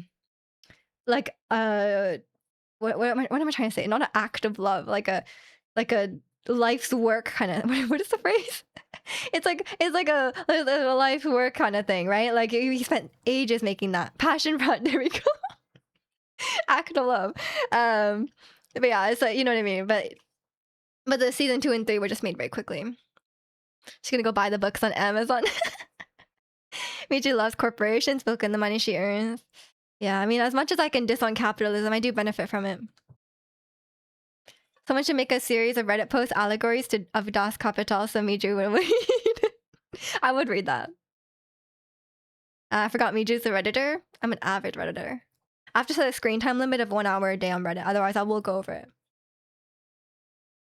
They gotta be in the Vancouver sub, the finance sub, or am I the a-hole? Only way she'll see them. Oh my god. I'm going so hard on my finances recently, guys. Don't even get me started. I'm all over the personal finance Canada. Am I the a-hole? I seized the means of production at my factory. True. They gave the Squid Game guy 500 million to make season 2 and 3. Probably. He did the 500 million thing. We don't blame him. Honestly, if the 500 million is to make a mediocre TV show, fine. That was you. Oh, sorry. That was you. Sorry. I won't give credit to Zirconia on that one. Season 1 was a passion project that people constantly reject. Exactly. Like season 1 was like truly spent so long working on it, and then season 2 and 3 were just like, yeah, they offered him too much money. You know, Netflix execs are crying in their diapers because they couldn't milk Squid Games as much as they wanted to. It's just so ironic considering the meaning of the show. But yeah, it's I think they milked it quite a bit, because they made like the Squid Game show and stuff like that. I'm sure it did well enough, and it was like the highest watched show on Netflix, right? Season 1. I don't know if that was the case for season 2 or 3, but I'm sure they got quite a bit of subscriptions out of that, so they can't really complain, honestly. But yeah, I mean, even though season 2 and 3 are bad, I still stand by season 1. Amazing, so good. She's down bad for Reddit. I like how we are speaking 500 million into existence, just putting it out there. Exactly. It might happen to one of us. Maybe I'll use that money to make a passion project that erases season 2 and 3. I mean, I'm sure he'll make another great show, right? He seems very capable of it. So I'll be excited to see what he does next. Let me get your Netflix password so I can watch the GTA 6 experience. It's my mom's. Sorry. That's the lesson here. Work hard and make something valuable so you can be lazy and still profit. Hey, that's how it works at work, you know? Like, establish yourself as a good worker, and then and then after that, people will just like, and obviously you should still work, but like people will like trust you, right? Like you don't have to like grind, like put in a lot of work at the start, and then establish a good reputation, and then from there you can just like, you know, people will trust you to get your work done or whatever. Unless you have like a really terrible manager, then probably not. Use that money to fund a good season 2 and 3. I don't think money was the issue. I think they had unlimited money and still made a bad show. Your mom is gonna watch it? Yeah, my mom would love to watch it. She definitely... Actually, I think she knows what GTA is. She probably forgot, but she didn't know at some point. Because, I don't know if I've told this story, but... my aunt was like, I guess she read some like article or like saw it in the news or something like that, and she was like, oh, GTA is so inappropriate, you cannot let your brother She was like, oh, I guess to my mom, but like she was like, you could not let my brother play it. And because he was like, I don't know how old he would have been. He was probably like, when did GTA come out? Like 2014? No, was it? Well, either way, he was like 15 or under. So she was like, he shouldn't be playing. 2013, he would have been. Oh, he would have been 12. So yeah, so he was like 12, whatever, 13, and my aunt was like, oh, he can't be playing it, and my mom was like, I don't care, you can play it. So my brother was playing GTA.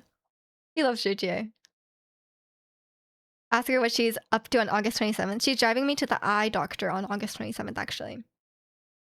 Because they tell you can drive after you get your pupils dilated, but it's so bright, I cannot see a thing. So she's driving me. Getting lazy. No, I'm just getting my eyes checked. She probably knew when your classmate and your iPad. No, I didn't. She didn't know about that. Base mom. My mom does not care.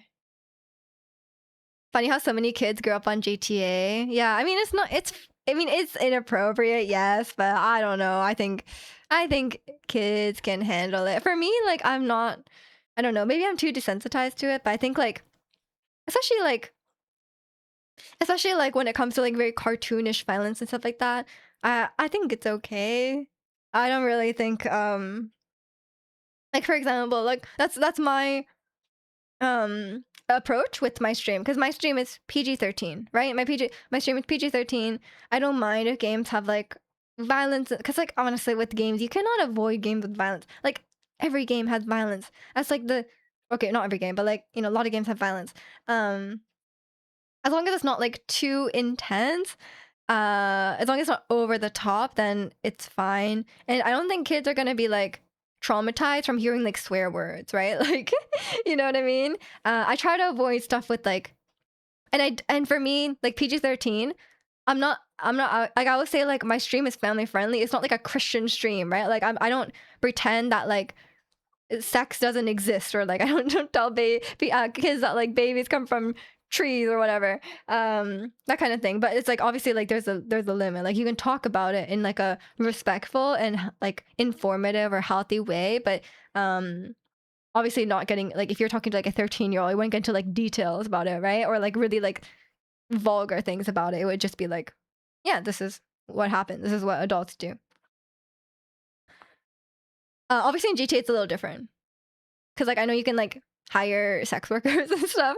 That's probably a little different. Than probably kids shouldn't be doing that. Just wear the cool X-Men shades. I don't have those. They only give those to you if you get like laser surgery. They just give me like normal shades if I don't have my own, so I just bring my own. It's how I feel about light mode. Hey, you guys will be proud of me. When I'm sleeping at night listening to a YouTube video, I use Brave browser because there's no ads on YouTube on that, and I changed that to dark mode because it's actually really bright at night. And welcome in, Mino. Hope you're doing well today. Getting eye checks, you should probably do that. You should do that every year, yeah.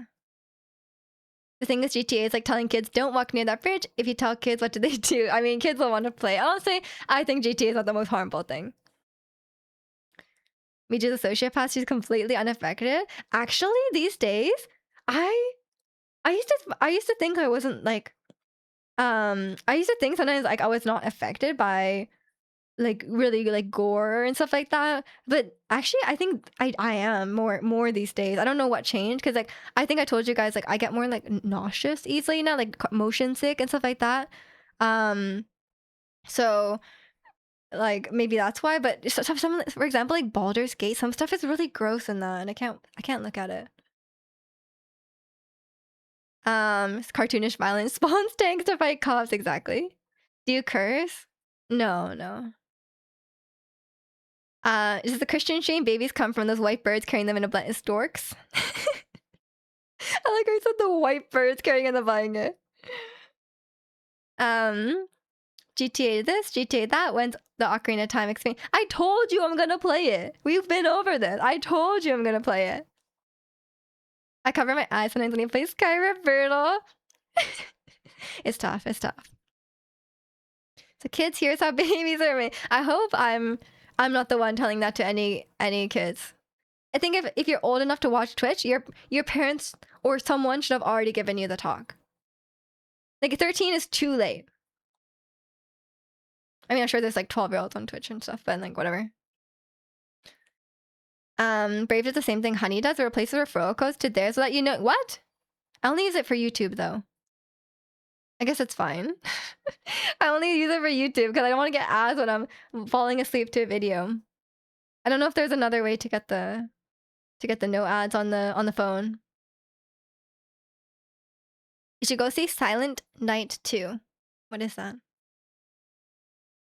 I mean a trailer. Oh, a trailer. I don't really care about trailers. If you mention Ocarina of Time again, she won't play it. Yeah. If she wants to, I mean, Estat for sure will. That's not. That's. I don't think that's a question. No. If I told you guys I do want to try it. I'm a Zelda fan. I want to play the OG. How are babies made? Yeah, you're a K-pop fan. You will never know. Okay. If a kid comes here and says I'm 14, gets awkward, I know it's PG-13, but still, no, I don't let kids say their ages. I think it's very unsafe for children to say their ages online. Like there's a lot of creepy people online, so I don't let. If someone is underage, they're free to hang out here, but they should not share that they're underage, you know? But if they're acting really immature, which is not related to age all the time, you know, sometimes people act really immature and they're like 30. Obviously, you know, you gotta be an enjoyable person to have in the stream chat, you know? Yeah, totally. Right. Are you calling me and Chicano out right now? I know some 30 people in their 30s. Skibbity bibbity king 6'7". Right. Right, sure. You're so young. Youthful. I think she called us that. Oh my god. Yeah, that's LARPing. That's LARPing as a Gen Z. Hey, I might be considered a Gen Z, honestly, because I'm on the cusp. So demure. So demure. I think it's oh yeah, Gen Z is probably too old for that. Gen Z started in 1997. Oh. And the oldest Gen Z in history. What? If it's 97, surely someone is born in 97. Someone out there is born in the year 1997. Especially 1998ers. I am 27. I'm gonna turn 28 this year. Getting up there. Like I told you guys, I'm on the personal finance subreddits right now because I'm like I think I want to buy a house, not a house. Okay, it's Vancouver, but like I think I want to buy a property within the next 3-4 years. So I'm like trying to like, you know, what am I trying to say? I'm trying to figure things out.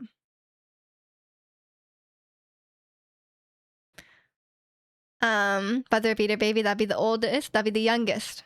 Oh yeah. I'm the oldest, yeah. Says you don't care about the Ocarina of Time trailer because you weren't born yet for the original.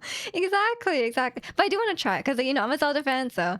And everyone says Ocarina of Time is one of the best games of all time, so not even just Chicano who's biased. Like, people just say that, so I do want to try it. But no promises I will beat it, okay? Because there's only so much Zelda dungeon I can take. Can I have the guest room? No. I want to buy a property too. I'll just wait 20 years. Sure. You can still get away with 24, 25. I will never not be carded. Genuinely. Like the drinking age here is 19. I go to the store, I buy some cooking sake, got carded. I've been carded when someone else is buying alcohol. Like, I'm just standing nearby and they think they're like buying it for me. I've been carded. And then oh my god, my worst story about that is I was at Canadian Tire. I was at Canadian Tire shopping for a water bottle. And this guy comes up to me and he's like, "Oh, would you be interested in the Canadian Tire credit card?" And then I look over at him and we make eye contact and he was like, "Oh, I'm so sorry. Are you 19 yet?" And I just started laughing. I was like, "Yeah." I'm like 27. And he was like, "Oh, okay, but I'm not interested in the card." Goodbye. Majora's Mask. You like Majora's Mask? We don't like a day over 30. Thank you. We just issue. She still doesn't look like she should own a credit card. I know. I actually, funny enough, I do have a Canadian Tire credit card now. Because one, it's a MasterCard. I can use it at Costco, and two, it has roadside assistance.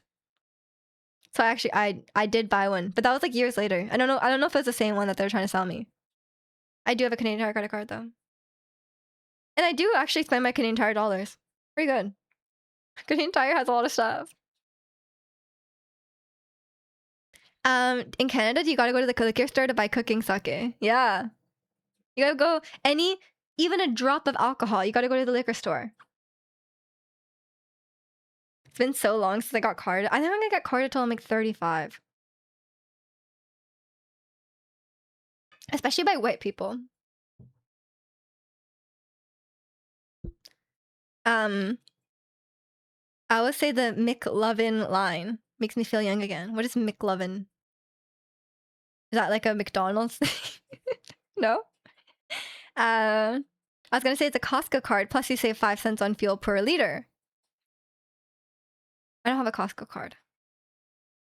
McLovin from Superbad. Superbad, the movie. This girl did not watch Superbad. I'm just so young, guys. I'm so young. I haven't seen these movies. She's watched like maybe 15 movies in her life. I'm very uncultured, okay? Move out from under your rock. No. I'm gonna buy a new rock to live in. Means you only watch it. Yeah, is it about capitalism? I haven't seen it. The Canadian Tire card works at Costco. Yeah. I didn't know you get 5 cents on fuel per liter. I always use my Amex at the gas station, but I don't spend that much on gas because you guys know I don't go anywhere. So I don't. You know, it doesn't really matter what card I use for gas. But yeah, that's why I have it. It's basically my Costco card. But apparently the Wealth Simple checking it's like technically the debit card, but it's actually a prepaid MasterCard. That's the way the Wealth Simple card works. Apparently that works at Costco too. But it's okay. It's a debit card though. It's not a credit card, so it's kind of it's a fake debit card. Miju's Hyundai has old gas. I mean, I fill up my tank every 2 months. And I don't even do a full tank every 2 months. Because I don't know if it's good to have a full tank and then just leave it for like many months, you know? Super bold to name your movie Superbad. Movies don't take that kind of risk anymore. Is it? For me, I was thinking like it needs to be like a good searchable name. Because like I told you guys about that League of Legends show I watched. It's called Players. And I'm like, that's a terrible Google search name, no? You got a little ding on your hood a couple days ago from a piece of wood on the highway. Oh no, it sucks. Gonna put a weave sticker over it. Suggestions, anyone? You should put a picture of you should put a picture of that. What am I trying to say? I'm trying to think of something funny, but I couldn't think of anything, so never mind. What subreddits do you hang on Reddit? Mainly the Vancouver subreddit, because I live in Vancouver. Also Personal Finance Canada. I love Personal Finance Canada. And also Am I the A-hole? I love Am I the A-hole? Also, the Genshin subreddit, the TFT subreddit. Yeah, like games I play. That's the main ones. one of these days, me just gonna be a financial planner instead of a software dev. I think that would pay much less, so I would not like to do that. Also, I get really stressed out managing my own money. I don't really want to manage other people's money. But yeah, right now, I think I need to rebalance my portfolio. I think I need to rebalance my portfolio because like I said, I want to buy a house in 3 to 4 years, and all my investments are 100% equity. Not all of them, but like most of them are. Someone's on a motorcycle in the far right lane, must have ran it over from the shoulder, just appeared out of nowhere. Yeah, you can't really do anything about it if you're you're driving full speed on the highway. Is Genshin pay to win? No, it's you can play through the whole game without spending any money. You won't be able to do like the hard. There's like one specific level. Like there's this one end game mode where the hardest level is like kind of for whales. But there's no like currency locked behind that. It's like a temporary weapon skin. So like I don't even do that either because I'm not a whale. I can't convince you to message mine. It's okay. I don't need. I'm actually trying to move away from my financial advisor because he's one of those ones where he kind of has like fees and stuff. So I'm trying to move a lot of my money out of it, but I've had him for a while, so there's a lot of capital gains. So I'm like, maybe I should move it slowly over time. I moved all my registered investments out, like the tax sheltered ones. What's wrong with 100% equity? No, nothing. But on money that you want to use in like less than 5 years, it should not be an equity. New mic, and now she's gonna buy a house. We're moving up. Right, new mic. Yeah, it's I'm not gonna buy a house, okay, Angel. It's Vancouver. I do not have $2 million lying around. That's like the cheapest house, probably. I probably will get a townhouse or a duplex. That's kind of what I want. I really don't want to buy a condo because like there's no point in buying a condo. I feel like I could just rent. I think it's cheaper to just rent a condo, which is what I do now. But like I think long term I don't want to live in a condo. It's nice, it's convenient, but I don't know. Buying a house in Vancouver, someone got 500 mil. Nvidia stocks are finally up. Congrats. You saw a beautiful townhouse in Kirkland listed. Yeah, Kirkland brand. Or so Costco build. No, Kirkland's the actual place. 1.7 mil. That's cheap by Vancouver standards. You can buy half a duplex here for 1.5. Some of the duplexes are like 1.5. Some of them are a bit cheaper, like a little over a mil. Yeah, Kirkland's the actual place. That's the lore. The first Costco. But yeah, if I think finances are very stressful. I don't like moving stuff around and having to like think about, oh, it's so stressful. But financial advisors are very expensive. So, and I know I can do it myself. I'm like, I know I can do it myself. It's not that hard. I just get stressed out. Why doesn't Costco attach apartments to their store? My mom would be like there day one. If Costco had apartments above their store, she would be there day one. She would love that. She loves Costco. Balance finances is fun. Paying taxes is stuff. I know, I hate paying taxes. Oh my god. Like, yeah, that's what I was talking about. I want to move away from my financial advisor, but I've built up so much capital gains on some of my investments, which is great because like, you know, I've made money, but like at the same time it's like, do I ever want to move those out? That's going to be a huge tax bill. Your mom rules, love GTA 6 and Costco and Luca. Yep. She loves all those things. Move in immediately, $5 lunch plus good chocolate milk. That's true. You might eat too much Costco hot dogs. That probably wouldn't be good for you. Although, going through the Costco parking lot every time you want to go home, that sounds really annoying. So maybe like a Costco apartment, like just across the road, maybe. Or maybe if you have like a separate entrance just for the people who live there. That's actually it. Also, welcome in, Daryl. Hope you're doing well today. That's one thing that's really annoying about condos sometimes. One of my friends, she lives in a condo, and say like, okay, the first underground level is P1, right? And her car, her parking spot is on P6. like it takes like 10 minutes to leave every time you want to go, because like you have to go through the entire parking lot up 6 floors and then leave. Because I thought it was bad. I think I used to be on P3, and I thought that was annoying because it would add 5 minutes every time I want to leave the house. But yeah, P6, oof, brutal. Doesn't have an elevator. Not for the cars. That's what I'm talking about. You get in your car on P6 and you have to go up to the ground floor with your car. Actually, some really fancy places have car elevators. But that's like really fancy places. Where it's like, oh, I'm gonna get my Lamborghini, put it in the car elevator, and then it's gonna be on the front door when I leave. Um, my issue would be the chocolate milk. Oh, okay, sorry. Um, she loves all those things equally. She does, yeah.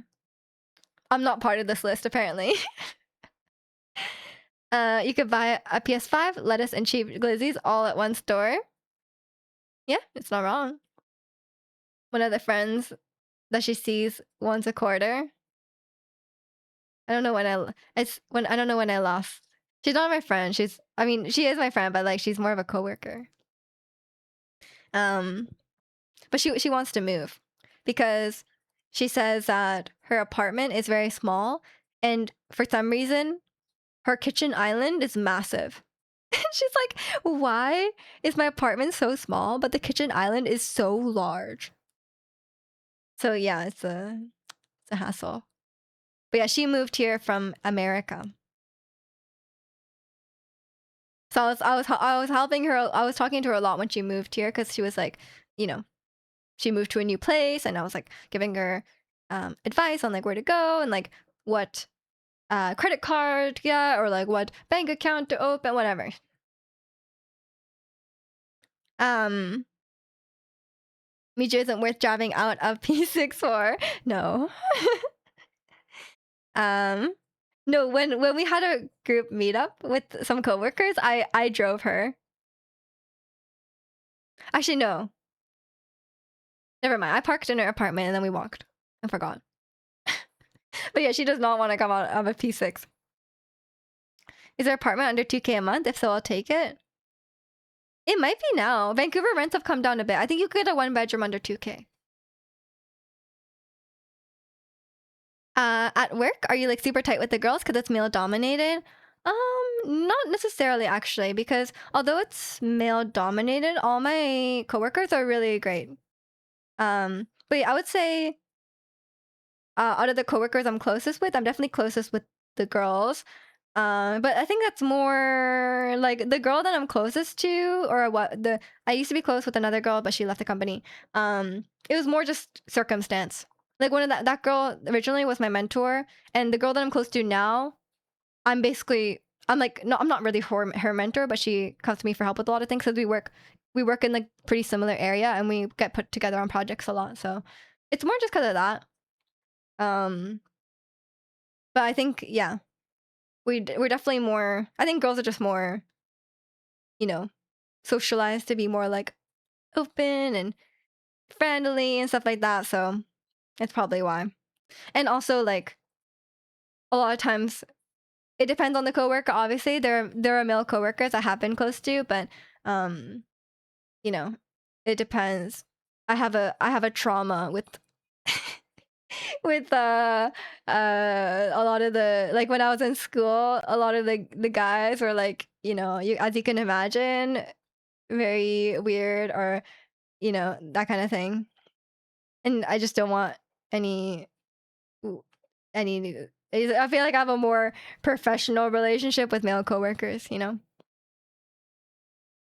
works with a bunch of oh yeah, and they're all weebs. No, I'm not like close, but I get along well with my male coworkers, especially the ones directly on my team. Everyone is really, really nice. I would say like any inequality is more like systemic within the industry rather than any individual people. I've not encountered anyone being very, you know, treating me differently or anything like that.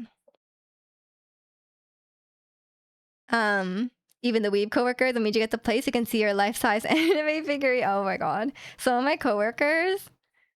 Oh my, I've told you guys about my coworkers. Like, the coworkers I work with are not the coworkers in the Vancouver office, right? Because my team is not Vancouver based. So my non-Vancouver coworker, my teammates are all, I would say they're fairly normies. I think a lot of them are gamers, but none of them are weebs as far as I'm aware. Maybe a couple of them are, but then I went to the office. Anime figurines, pictures, waifu pictures, desk mats, mouse pads, computer backgrounds. Like, I was like, oh my god. They were all really nice though. Like, they were all like lovely people, super nice. I had a great time hanging out with them, but such weebs. And they were all like good sports about it. Like, they were like, some of them had so many anime figurines in their house that like it just like overtakes their house. Like, I've seen pictures of their house now and I was like, damn. I bet financial advisors are all normies. My financial advisor is pretty normie. I tried to explain to him. I've told him about my live streaming. He doesn't understand it. I was like, oh, like, I've been making money with this, like, so I've been doing my taxes like this, and he was like, what? But he kind of gets it now. He asks me about it every time he calls me. He's like, hey, how are you doing? I want to talk to you about your accounts. How are you still doing the live streaming thing? It's funny. Computer science leads, financing the normies or entertainment. Oh, that seems worse. Because I would say, while computer science is very male dominated, I would say at least the people who work in the workforce are very non-misogynistic, and everyone's treated. I mean, at least I'm sure it depends on the company. I'm sure there's plenty of misogynists out there just in general, but I would say people are very, even maybe overly careful about, not being misogynistic, which is good. We've no better than to reveal themselves in public. Oh, at my company, someone must have broken the seal because it's a free-for-all of weebs. You pick the weebs I would pick the weebs every time. As much as I hate weebs, I would for sure pick weebs over misogynists. Like, come on. It's not even close. Weebs are slay around these parts, for sure. Office full of weebs, it's like a dream come true. It's not for me, but they all treated me very normally, which is good. I will say that the workplace is like self-filtering. The really weird people, like, I had a really awful time, not an awful time, but like I had a really annoying experiences at school because I had a really annoying experiences at school because there were so many weaves and people were like being like creepy towards me, or like, being like, oh, like, you're a Japanese girl, like acting really weird towards me, or like, or just not, even if they're not weaves, like hitting on me, whatever, just because of like, there's not that many women in the class and stuff like that. So I had a lot of bad experiences when I was in school, but once I got out of school, everyone's very normal because like the people who work in an office setting and who got through the interview, first of all, and two, are socially capable enough to navigate a workplace environment without getting fired, are all like fine, right? Like, so that's why I have no problems. I have no problems in the workplace. The most diehard weaves don't present themselves as weaves. The ones who cosplay and wear cat ears as large. No, you're just a gatekeeper. You're the biggest gatekeeper. You should read the Reddit post I linked last time. I think I've already seen it, but yeah, I wanted to look at it, but I was busy this morning. I'll look at it later. Or you could summarize it if you want. But I think I've read that one. The title seems very familiar. They're all looking in the shadows. Yeah. I think being a weave is a good repellent though. Like those waifu husbando decals on your car will repel the cops. But do you want to repel like having like a romantic partner? Or I guess maybe you only want to appeal to a fellow weeb romantic partner. I don't know. Because for me, like someone being a weeb would be a huge rip. Like I would be friends with them, but I would I would not date them. I would not date someone whose house is full of anime figurines. Okay, maybe one, maybe one. More than five? No. We had this conversation a couple of weeks ago. It's like, how many anime figurines would you consider a deal breaker? Like, you go on, let's say you've been on like 2 dates with someone and they're like a nice person. You don't know them that well, but, and then they invite you over to their house. How many anime figurines being there would you be like, I'm out? At school they see a Japanese girl and they say, "Do you like bullet trains?" Basically, I should show you some of the. I mean, I won't because like I don't want to share too much information. But like, there's messages from people speaking weird Japanese to me, being like, "Hello, Maya-chan," like whatever. I'm like, please do not send me your Google translated Japanese. Not gatekeeping, it's proven. They're like people at cons who know the most decked out cosplayers anime, who ask the most decked out cosplayer anime question. They know like two, asking the normies and they know ball. It is gatekeeping. Even if you only know one anime, if they enjoy it, that's fine. Girl is a software dev, earns 200K with no debt. Husband is a finance bro who earns 200K no debt. Girl spent 5K on a PC and husband blew up at her. Turns out he's a tape fan and cheating on her. Bro, what? Making 200K, you can't buy a 5K PC? Come on. I mean, if you're buying a 5K PC every month, that's a problem. But if you've done your budget, and you can afford it, yeah, and like they have no debt. There's actually no problem with that. He's just controlling. How about someone with a shelf full of plushies? No, red flag. That's a green flag. Green flag. Define anime figures because I have a lot of Gundams. I'm not talking anime like waifus. Or if you're a man, I guess husbando ones could count too. I think it's size dependent. If they have more, they have more than 2 kilograms of anime figure. Oh, we're going by weight. Okay, yeah, it's valid. Because like if I say one, they can have one, but it's a life-size statue of Nami. Then that's already too much.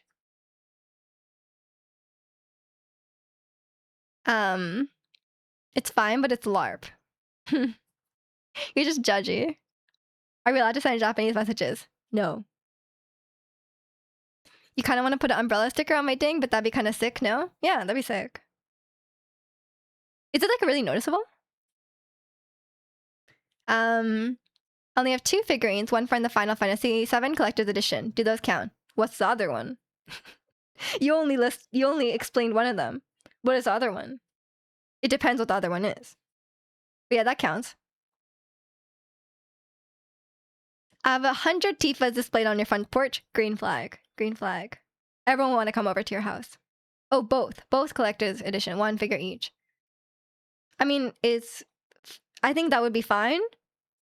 As long as you're not misrepresenting them. Like, you know, if it's like, it's Tifa and she's naked, then it's like, okay, then 2 is too many. Then 2 is too many. But if they're just normal figurines, there's nothing wrong with that. If it's sung, green flag. That man is hot. Sephiroth? Oh! Yeah, green flag. I mean, not green flag, neutral flag. I have to stop procrastinating, cook dinner. Okay, enjoy your dinner. Is she a streamer? Are you thinking it's about me? I didn't write that story. It wasn't me. My computer is not 5K. My computer was 3K. Canadian. Which is a pretty normal price for a computer. Canadian price.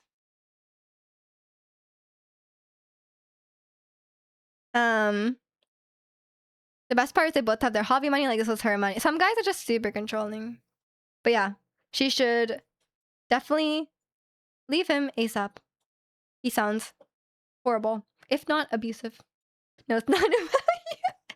I thought that's why you were asking. She did leave him. Good. Good. I mean, there's just a lot of red flags out there. But I would presume like 9 out of 10 people are not like that. 'Cause that's like unhinged, no? But you got to be on the same page financially as your partner. It's very important. Aren't most divorces about finances? You got to have the same mindset, you know? And you should definitely not marry someone who's financially irresponsible. That will ruin you. If you're legally tying yourself to someone who's a financial wreck, don't do it. Don't do it. Or someone who's like too stingy for you. If you're on the same page and you're both like, we're gonna retire at 30, we're gonna save every penny, we're gonna eat rice and beans every day. If you're on the same page with someone about that, good for you. Good for you, whatever. But for me, that's not me. I definitely believe in I like to save for the future. But at the same time, you know, you could die before you retire. You could get sick or lose your quality of life and suddenly you cannot do all the things you want to do when you retire. You should enjoy life now as well. Not like blow all your money, but like within reason, enjoy life now. If I was married to a girl making 200K a year, she can buy whatever she wants as long as it's not financially responsible. Like the breadwinner. Yeah, you just have to be on the same page.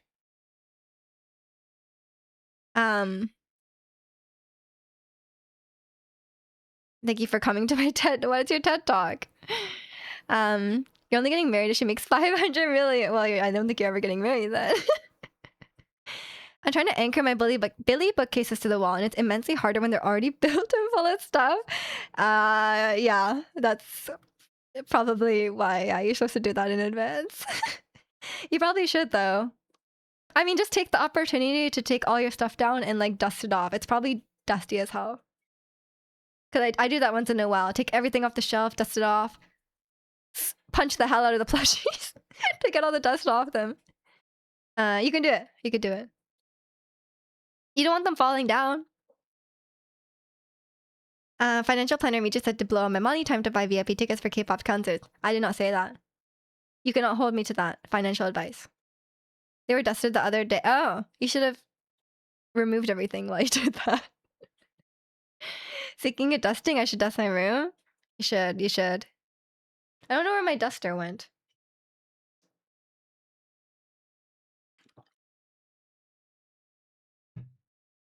You're right, though. I hate relationships, so I should show any girl who hits on me a picture of my car with the wife with a decal on it. That will work. Yeah, that will work. Unless they're also a weeb. Then that might do the opposite of what you want. You need a waifu decal? No, you don't. Yeah, I guess if you need advice on how to scare away women. I mean, you don't need to. You could just, if you want a women repellent, maybe just wear like a shirt with a really like misogynistic saying on it, you know? Where it's like women belong in the kitchen. Then like then you're safe. No woman will ever want to be with you. Welcome in, Isles. Hope you're doing well today. Weeb girls would think it's it's a problem. If you're trying to repel women, the weeb girls will be into that. That's the thing. You have Miju repellent shirts. That's true. You have like, I think it would repel not just me. I think it would repel many people. I love when I think once in a while we have relationship advice stream.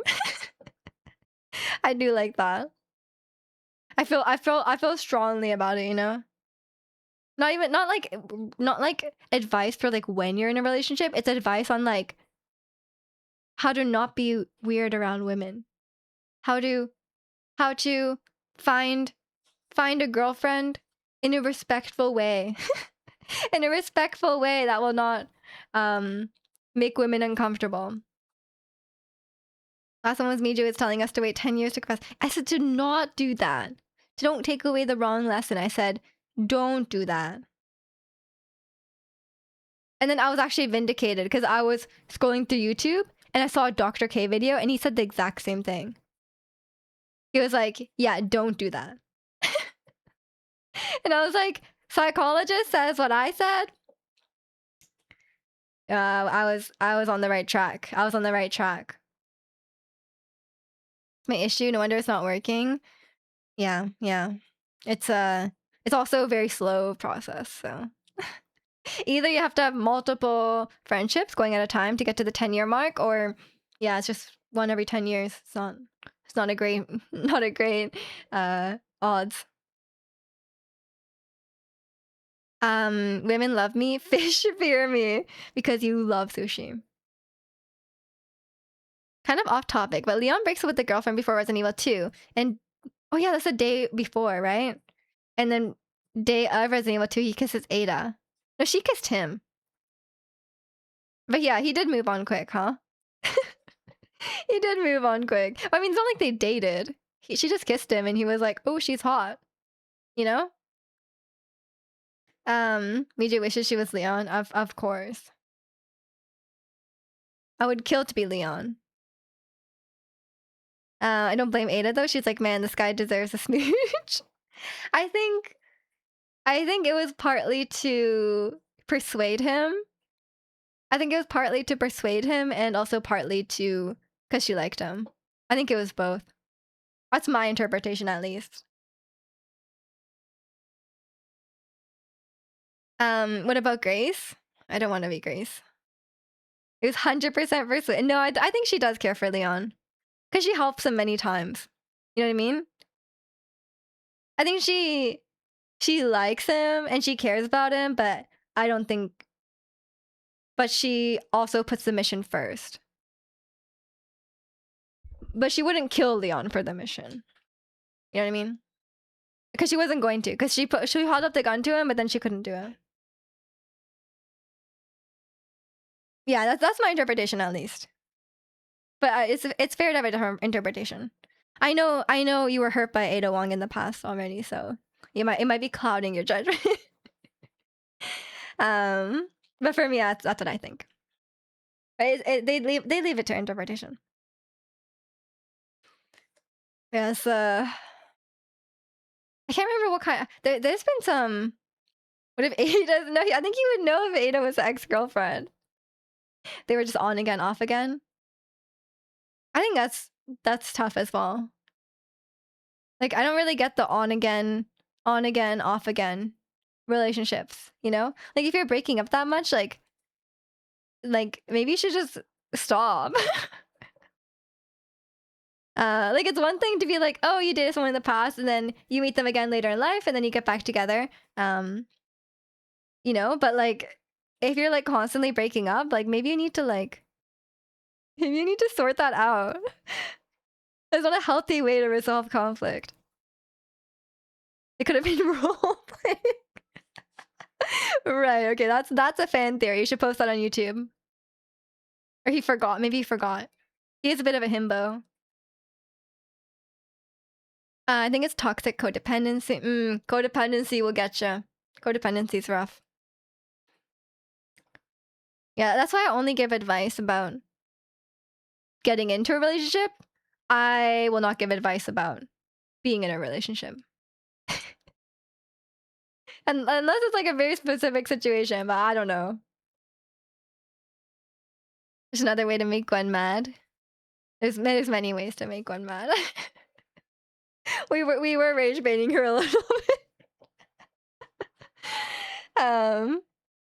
Yeah, so a lot of every time if you ever feel like you're like, oh, my relationship isn't perfect, like we have problems, just go on Reddit. Go on Reddit/relationships, and you'll be like, okay, it could be worse. You're like, okay, it could be. If you ever think you're like, oh, my family's kind of messed up, go on Reddit. Go on Reddit and you'll be like, oh damn, it could be worse. It really could be worse. Tall Gwen Wales is just that would rage bait her, yeah. Imagine Mija, my girl is being complicated about me playing League. What should I do? Am I the a-hole?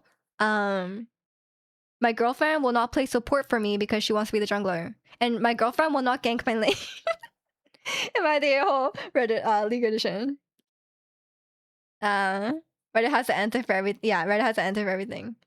I do search on Reddit a lot for stuff. It's just nice to hear people's opinions sometimes. I watched Smosh tell me Reddit stories are pretty good with advice. I watched this guy named Sarby. I watched like all his videos. And I told you guys about him before, where I don't think he does this anymore. You know, in the past, he would, it was really annoying. He would always say, like, instead of saying, like, oh, you should leave ASAP, he would say ASAP Rocky. And I'm like, can you not say that? Like, I'm like, I don't know you, but can you not say that? But he doesn't say it anymore, which is good. Sometimes he has some crazy takes, but I think generally he's pretty respectful. And he's very feminist as well, which is good. You cannot have the misogynistic Reddit reader, you know? Gotta be siding with the girls. Unless they do something awful. Yeah, I did watch that Smosh video he did send, but I think it was too high energy for me. The girls on the couch, they were like very high energy. I was like, this is not the right vibe for me. The ASAP Rocky guy. He doesn't say it anymore. Reddit is good until you actually know something about the topic. Then you realize a lot of pseudo intellectuals who know nothing. I mean, I don't go on Reddit for intellectual things. I go on more for like people's personal experiences or something very specific. Like, how do you clean this? Oh my god, cleaning tips subreddit is actually really good. Where it's like, I don't know, it would be something really random. We'd be like, oh, like this like very specific thing is dirty. How do I clean it? Cleaning tips subreddit. And 99% of the time, it's vinegar. Every time, vinegar. You're like, how do you clean this? Vinegar. Those girls aren't my favorite guests. Yeah. And welcome in Alpha, Grok. Yeah. It's very millennial coded, so I like it. Yeah, I feel like Reddit skews older. And it depends on the sub. For me, I think it depends on the subreddit as well. Some subreddits are awful. But the subreddits I tend to go on are very either like a 50-50 gender split or mainly women. I do like Ask Women subreddit. I like hearing, like, Reddit is really good for people's like experiences, right? People's thoughts and experiences. So I like to go on Reddit as well for if I'm watching a new show, especially if it's a week by week show. I like to read the Reddit discussion about the show just because you know, I like to hear people's thoughts on it. It's like discussing the show, but not actually. Especially if no one I know is watching the show.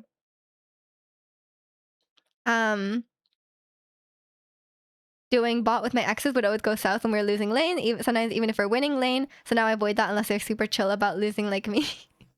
Yeah, do not. Duoing on League of Legends will be a real test of your relationship.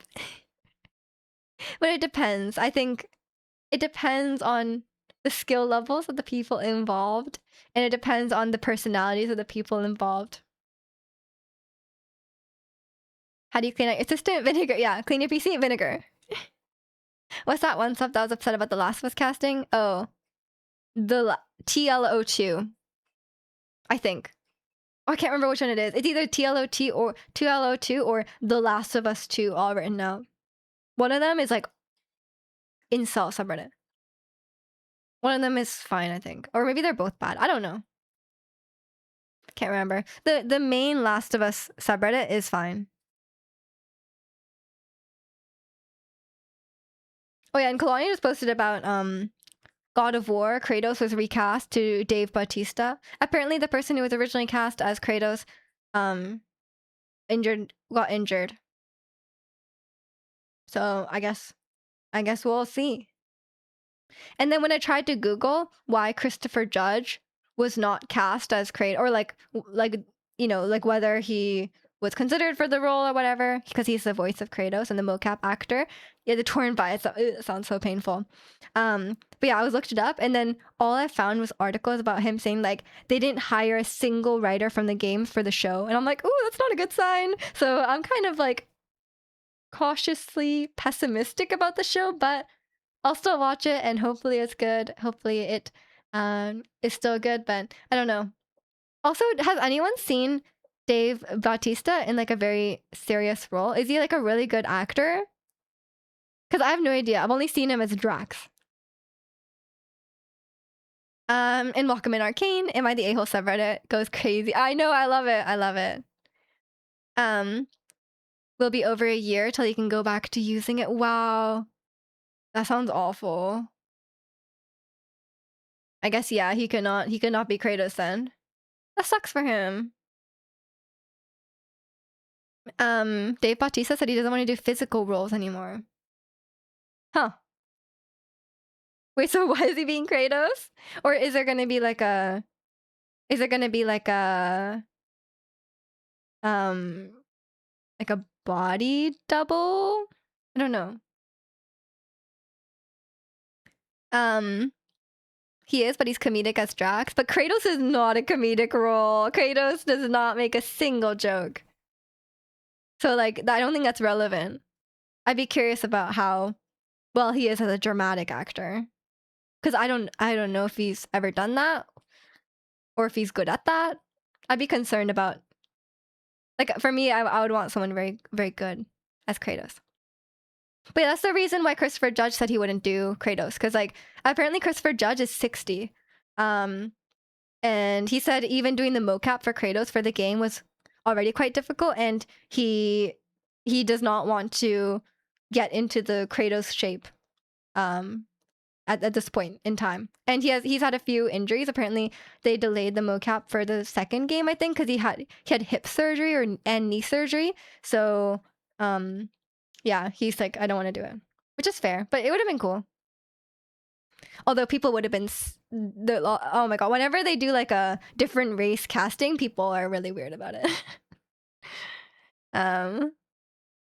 Especially even if it's like a very like, you know, God of War is not like it's a very fantastical world, right?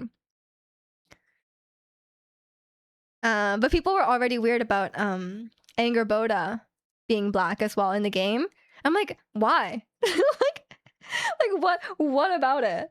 Like she's like like she's like a giant. Like does it? Yeah, people are weird. He has to build the muscles again. He has no other choice. He's already pretty muscular, no? You don't like intellectual stuff? So you don't like shower thoughts or today I learned? No, I don't really go on those. Also like the interior decorating subreddit. People are always rage baiting on those. They're being like, oh, I remodeled my kitchen. And they'll do like the before and after, but they'll put the after first. And everyone was like, oh, please tell me the after is the before. And they're like, yeah, I just put it before. I just put the after one first. I'm like, who puts the after one first? Why? Greek Kratos is the best Kratos? Like in the Greek mythology, you mean? He doesn't change person. He's still the same guy. I don't know if Chikano's rage baiting after Yokomoto's comment in the Discord. How would he change? You think if I moved to Greece, I would become Greek? I mean, I guess like maybe like nationality wise I could, but what do you think happens, man? You think he's like reborn? I guess he could have been reborn. You know, he could have been. You know, it's a fantasy game. He could have been reincarnated, but no, he just moves. And welcome in, Law. Did you see the photos of Jack Quaid in the mocap suit for the next God of War? No, I'm not like a diehard Jack Quaid fan. Does he look really weird or something? Yeah, I'm excited for the new God of War game. I'm curious about what it will be like. Oh, people were being so. Speaking of that, oh my! I think gamers are just there's like I would say a small subset of gamers. There's a small subset of gamers where anything to do with non-white people or women super weird. People were so weird about Lao Fei. Um, they're like people were posting like memes and they're like, oh, like what is her story gonna be like? What her being in the kitchen? I was like, bro, like, what is this? Like, is this 2026? You're still on that? Get over it. Um, the only one that concerns me is Snape being black, like what James Potter does to him at school is gonna come off bad. Yeah, it might, but I think I think as long as they have other black people in the cast and like have the cast be more diverse, because I think what people might be thinking is like, oh, like he's like the only black teacher in the school. Like as long as that's not the case, then that's probably fine. Especially they could make one of the, I don't know if they've already cast everyone.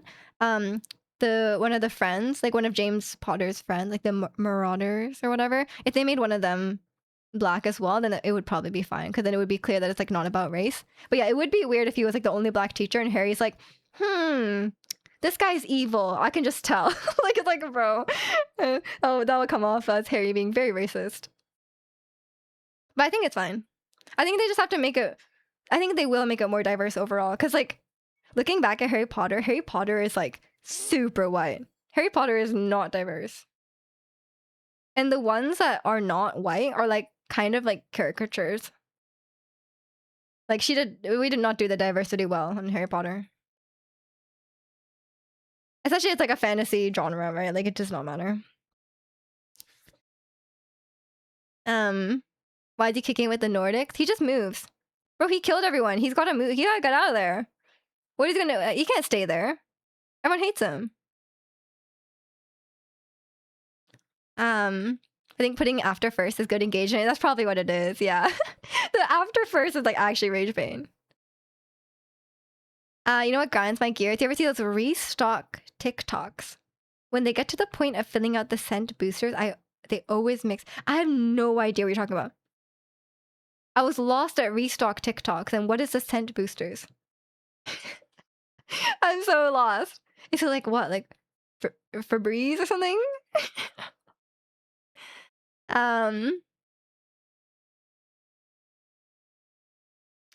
Well, it's like a soft. I would say Chicano. It's like a soft reboot, but they do. His past is still quite relevant to the games, but you can play it without knowing the past, for sure.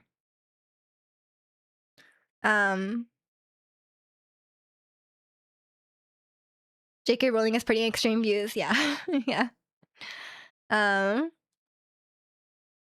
You don't really play those games. Yeah, that's fair. That's fair. But they don't like they didn't like retcon anything. Maybe they retcon some small things, but overall the story is a continuation. But I would say it's a soft reboot. I don't care if they're mostly white and not diverse. I feel like they need to put them if they do the role well. Exactly. And the guy who's cast as Snape is apparently a really great actor.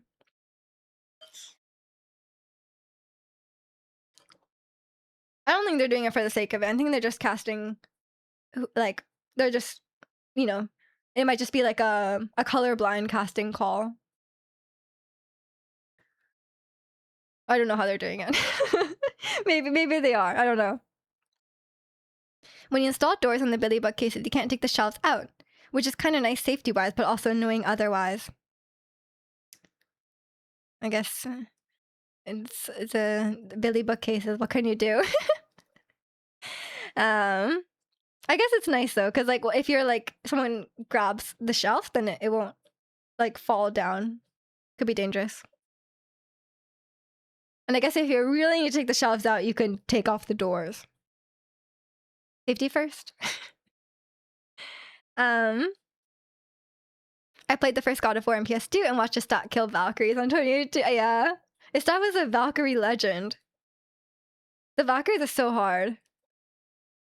I'm just out here playing God of War on Give Me a Story. Cannot be bothered. I do love God of War. So I hope the show is good, but I don't know. We'll see. I don't feel super hopeful about it.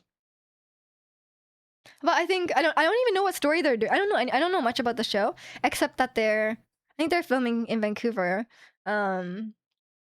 But I don't know. I think I don't know. I don't know if they're directly adapting the 2018 story. I think that would be a good story to adapt. Like I think it would work really well on a TV show. It's a shame J.K. Rowling sucks. There's so much of the Harry Potter world to explore. Like for the 4 people, the houses are named after, their parents' time at Hogwarts, Voldemort's story. Yeah. I'm not a mega Harry Potter fan, as you know. I only watched the movies recently. I'm sure they'll ruin it like every other IRL adaptation. And you gotta get with the times, man. There's been a lot of great adaptations. We don't talk about The Last of Us season 2 though. But there's been a lot of good ones for sure. I think things are changing. But there's always gonna be like those companies that make like cash grab adaptations. Filming in Vancouver, you should be an extra. I'm okay. There's like every show filmed in Vancouver, man. They filmed The Last of Us here too.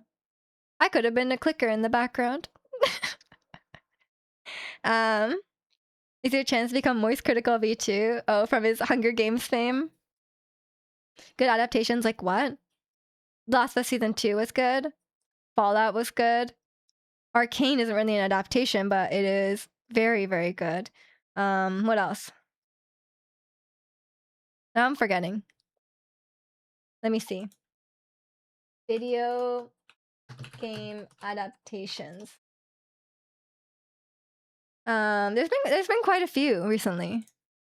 Fallout was great. It's not all cash grabs. There's some bad ones out there for sure, but there's good ones. One with Tom. No, that one wasn't good. You mean Uncharted? Uncharted was not good. It was so mid. The Mario movie was good. I didn't watch it, but people like that one. People also like Sonic. What else? They're making an Elden Ring movie. It's not out yet, but maybe it's me. Well, I guess we'll see about that one. The Mario movie isn't real people though. Oh, you mean live action? I mean, I guess. But yeah, I thought Fallout was good. The Street Fighter. Wait, when's the Street Fighter movie out? Is it good? It's gonna be cheesy, but in a good. Yeah, see, they can make good adaptations. Five Nights at Freddy's. Five Nights at Freddy's was a terrible movie. October. Okay. Oh, The Witcher. Was The Witcher a good show? Because I watched season 1, but it was very confusing to me. I didn't like it. But I never played Witcher, the game. Ooh, Cyberpunk Edge Runners. People like that show. Not every. I think video games are being more like respected now, so I think they're getting more serious adaptations. The Halo flopped. The Last of Us. There's a Halo live action. The Last of Us season 2 flopped. Cowboy Bebop flopped. Okay, but anime. I'm not claiming anime adaptations. I'm not claiming anime adaptations. I don't know anything about that.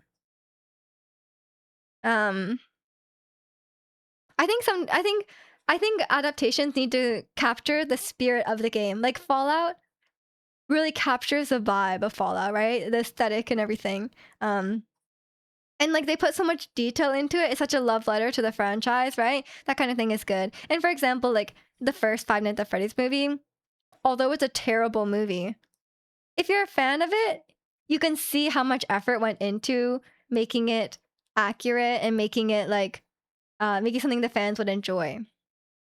So I don't actually mind the first Five Nights at Freddy's. The second one was terrible though. Adaptation with live actors, not anime or CGI. Oh, I mean that's fair. Like a lot of times they make stuff into live action when it shouldn't be, right? A lot of game like Zelda, for example. Zelda would be much better suited for animation, right? But they like doing live action because it's like cheaper and it's more profitable, stuff like that. But some things really work in live action, like Last of Us live action is the way to go. But not everything should be live action. You're still looking forward to that? I am scared. I'm very curious about the Elden Ring movie as well, because I have no idea what they'll do. Because like Elden Ring doesn't really have, it has a story, but the game itself doesn't have a really like proper narrative to it. It's like it's very much like all in the lore and the background and stuff like that. So I'm very curious what they will do. Your boy Jaewong is an extra one? No way. Until Dawn was a flop. Rip Hayden. Oh yeah, the actress for Sam died, right? They were making like a live action Until Dawn. Did they make that? Can't remember. Wasn't Jordan Fisher in the original? Wait, if they made Until Dawn with the original cast, wouldn't that be like a really like? I guess unfortunately to Hayden, but like for the other people, like that would be a pretty stacked cast. No, they had Rami Malek, they had Jordan Fisher. Like that's pretty, it's a pretty stacked cast for Until Dawn movie. Not that they would all come back.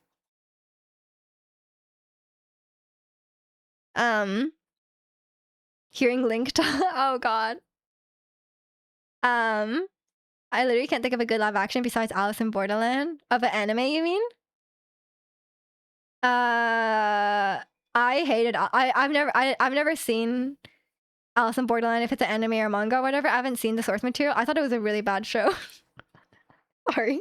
I know a lot of people are hyping it up, especially after Squid. I watched it after Squid Game because people are like, "Oh, if you like Squid Game, watch Alice in Borderland." They are not the same thing at all, and I thought Alice in Borderland was not very good. I thought it was very obviously a manga. Like you could just tell, like by the characters, they were really cheesy. They were very like yeah, I was like, oh, this you can tell this was adapted from a manga. I vehemently disagree. The games are cool. The games are cool. No, I agree with that. The games are cool. The characters were so like they did not work in live action. I feel like they would have worked in an anime, but I don't think they worked in live action. And I felt the plot was like nonsensical. Especially the naked, yeah, the naked dude. Also, I can't remember the show very well, but yeah, it was very anime, and the way they were acting as well was very anime. So I don't think it worked in live action. And the ending of the first season was like super weird as well. Or no, was it the second season? Or no, it was the second season. Like they were like, oh, everyone was dying, but then like she like crawled all the way across the stage. I was like, what is going on? Like I was like, everything was like, wait, it was. I think that was like textbook. Textbook should have been an anime. You know what I mean? Like a lot of things work in anime, they do not work in live action. That's why it's very hard to adapt. It's very hard to adapt anime to live action because anime characters act not in a way that humans would act, right? Like, so it's just very hard. In my opinion, Dark Souls and Elden Ring stories and lore work well for the type of game they are, and I don't think it would translate well to movie or show. I'm worried it's gonna be a generic fantasy show, but it'd be nice if it was good. Exactly, yeah. Because like, I think like Dark Souls and Elden Ring are not narrative games, right? Like they're not cinematic games. They're not I mean, they might be cinematic in their presentation, but they're not like narrative games by any means. And the appeal of those games is like tied into the way the game functions. So yeah, I agree.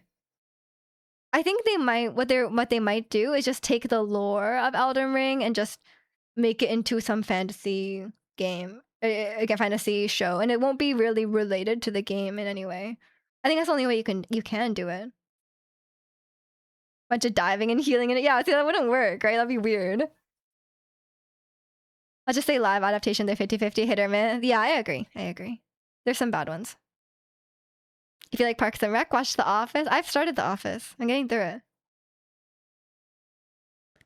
The ending to the second season of Alice felt like it came out of nowhere. Yeah, I thought the characters were just very not well done. And the plot line also was not very well done. But the games were fun and it was interesting in a way, but also a lot of people recommended it post Squid Game, and Squid Game I think was not anywhere close. Like they were not even the same kind of show. I thought it was better than any other live action. Yeah, I mean, I haven't seen that much anime or live action, so I don't have anything to compare it to. But as someone who just watched it as a show, I didn't think it was good. But I know a lot of people like it. You're right, they did look like they cosplayed and stuff didn't fit in live action. And especially like I think it's also different because like I'm Japanese, right? So I'm not like understanding the show through the subtitles. I'm like seeing them act as like as what they're saying, and what they're saying is so weird. Like it's really cringe. Like I cannot. Like I'm saying, it's like an anime. It's like if you watch like a live action SpongeBob. Like SpongeBob makes sense the way he acts when he is a sponge.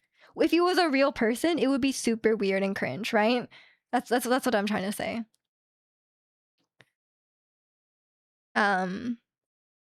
Maybe 40/60 more missing than hitting. Maybe. I definitely heard a lot of FromSoft fans, so they love how the lore is presented in the game, where you got to search for it and read items. Don't know how it's going to translate to a movie. Yeah, you can't make that into a movie. That doesn't make sense. That's not how movies work. Gotta be cool to see Switch 2 sales boost from the FromSoft fans because of Dust Blast. Maybe. But knowing like the thought of Nintendo netcode plus FromSoft weird multiplayer situation and really difficult gameplay sounds awful. But I'll hold out hope. Okay. Enjoy your nap, Bratsy. SpongeBob can't be live action. Tell that to Ariana Grande's boyfriend. True. Apparently, SpongeBob the musical is actually quite good. I don't know what they do. I think maybe it works better for theater too. I think theater is also a different medium than a show, right? Theater, there's a much higher suspension of disbelief because, it's on stage and they cannot portray everything completely accurately, right? Talk about cringe. Go watch Machine Gun Kelly? Tell his Japanese fans he wishes he was Japanese. Ew. At least he didn't say he wishes he could have a Japanese, like he could marry, like have a Japanese wife. I guess it's better because it's like just for himself. Shrek the Musical was great. Shrek the Musical apparently is really good too. I mean, I wouldn't, if I was like in a situation where I could watch a show, I don't think I would watch them, but I heard they're good. He wishes his mom got pregnant by a job. Why did he get so specific? Ew, what? That's so weird. That is really. Oh, he's actually such a weeb. I actually remember when weeb used to mean like they want to be Japanese. I mean, that kind of still applies now, but like, why was he so specific? What the hell are we talking about? Apparently, that's what Machine Gun Kelly said. The actual reason play. Yeah, that's just embarrassing for everyone involved. My God. That's insane. Why do you have to be that? Like, what's one thing to say, I wish I was Japanese, another thing to wish, I wish my mom got knocked up by a Japanese guy. Like, well, why do you have to be that specific? I guess he doesn't like his dad because he wants to keep his mom. I don't know. Do I want to know? Okay. Quick BRB. Enjoy the Mallow Mart. On that note, we can all sit and think about that. Yeah, just give me a couple minutes. I'll be right back.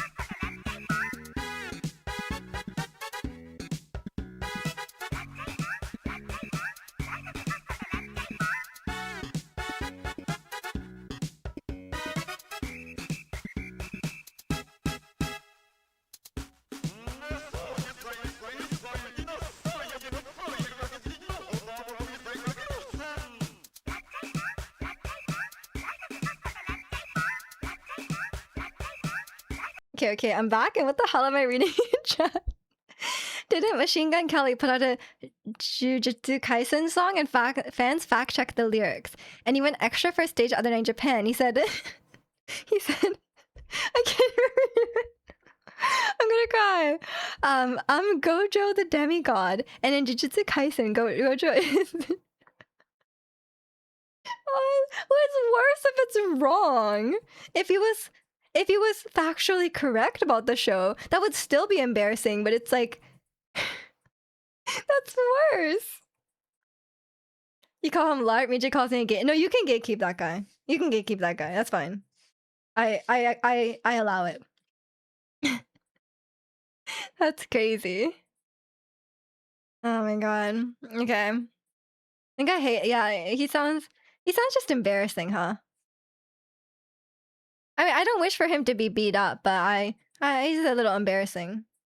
I'm a star, like Patrick the demigod. Oh, that's some bars. You should send that to him. He'll put that in his next song. Like anime fans go hard when it comes to fact checks. Live actions don't care, but they notice. I think that's like most fandoms know. I mean, some fandoms are a little more intense than others, but I think a lot of fandoms are like that. Like anyone who's like very, very passionate about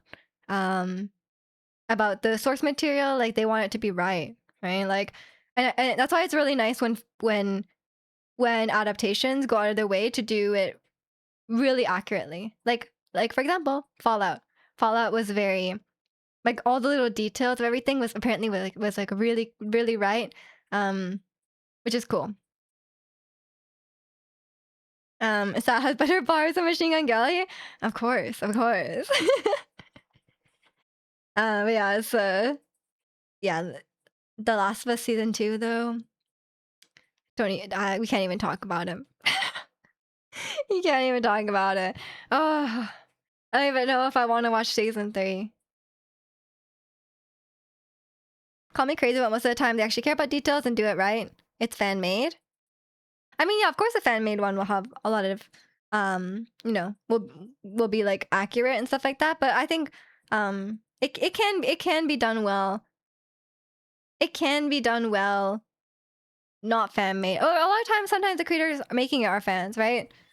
I'm sure the people who made the Fallout show are also fans of the game Fallout, right?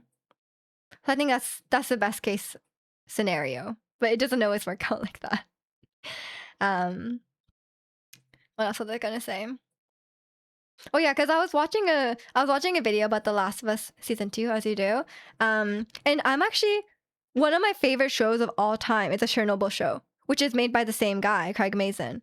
And I was like, and I always wondered, like, how did he go from that to making Last of Us season 2? Which apparently he also makes the apparently he also made the parody show, like, you know, the parody movies that are like scary movie or superhero movie. He also made those apparently, which is very interesting. Chernobyl's great. The show, not the disaster that killed like tons of people. Thanks for clarifying. Oh, I thought you might say the disaster was great, but it was a great show. And I saw someone saying in that adaptation, they pointed out that a lot of the weaknesses of Craig Mazin's writing is centered around female characters. And then I thought about it and I was like, you know what? Chernobyl was very male centric, which is like fine. It's like a historical retelling, right? Like he's not, he even like added a woman in there. As like she wasn't like she was a made up character in a sense, but it was like to represent all the scientists versus having like, you know, too many characters there, just to like consolidate that role. And apparently there was a lot of female scientists who worked on the Chernobyl disaster. But yeah, but then I thought about it. I was like, you know what? Chernobyl was carried by the actors a lot. The actors gave amazing performances, and that I think carried the show quite a bit. Also, he didn't have to write any plot in a sense, right? Because like it was already like a real event, right? And then I thought about it, I was like, oh, maybe that's the case, because like The Last of Us season 1 was fairly good. It wasn't perfect, but it was really good. And the Bill and Frank episode, which is again centered around two men, was really good. But then it kind of fell apart as soon as all the female characters came in, and maybe it's just a coincidence.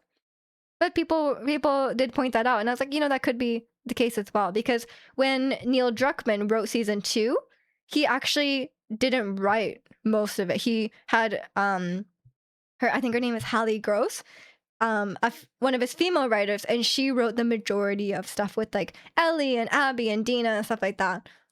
Which is, The Last of Us season 2, or Last of Us part 2, sorry, the game.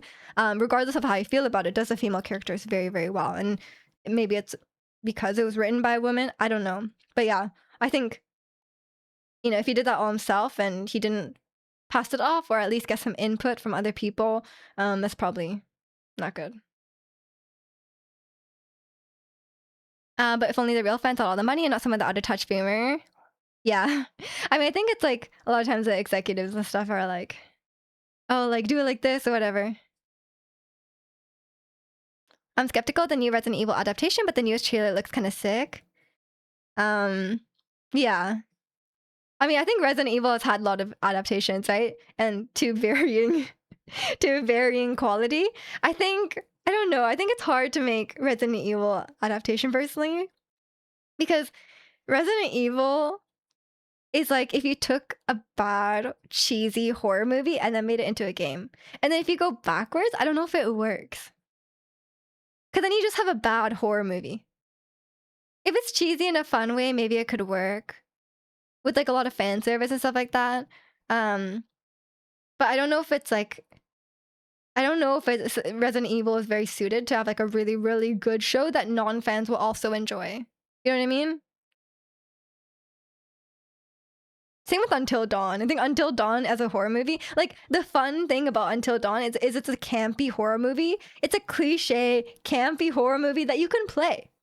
That, and the twist of you can play it is the main thing, right? It's not like if you just watched it as a movie, it would be super mid. You heard a lot of good things about Chernobyl. It is so good. Like I said, I put it in my top 5 shows of all time personally. That's why I'm very confused about how he made Last of Us season 2, which was so bad. It was like terrible all around. Usually if it stays true to the original media, it's cool, but when they go another direction, I'm like, why? No, I think as someone who has seen quite a few adaptations these days, it depends. I think it depends. There are some, if they make changes for no reason, and it's like out of disrespect for the source material, then that's bad. But sometimes changes are for the best. Because like, games and shows are different mediums, so sometimes they can be different. And sometimes I think the franchise calls for, like, for example, like Fallout is not based off the game. It's an entirely new story. Or like Arcane, for example. I think there are times where that makes sense, but it shouldn't be out of like disrespect for the show. Or sorry, it shouldn't be out of disrespect for the game. It should be done like as a decision that makes sense. Where it's like, okay, like this is the way to tell the best story. And it could still be accurate to the setting and stuff like that, but it doesn't necessarily have to exactly match the games, I think. Give some dude who mogs to play Leon and start roundhousing zombies, for sure. I think, yeah, they could have a lot of fun with the Resident Evil adaptation. That's like very fan service heavy. I think fans would love it. Would it be a good movie? Probably not. But I think it could be enjoyable. Top 5 shows of all the 5 shows you've seen. Exactly. My first show of all time is Avatar: The Last Airbender. I guess that's nostalgia getting in the way if I had things for me to enjoy as a kid. As an adult, hey, nothing wrong with that. I think, like, for me, I think there's a difference between, like, my favorite things of all time and what I think is the best objectively. Like, I might have things I really like that I don't necessarily think are, like, peak filmmaking, I think it just depends.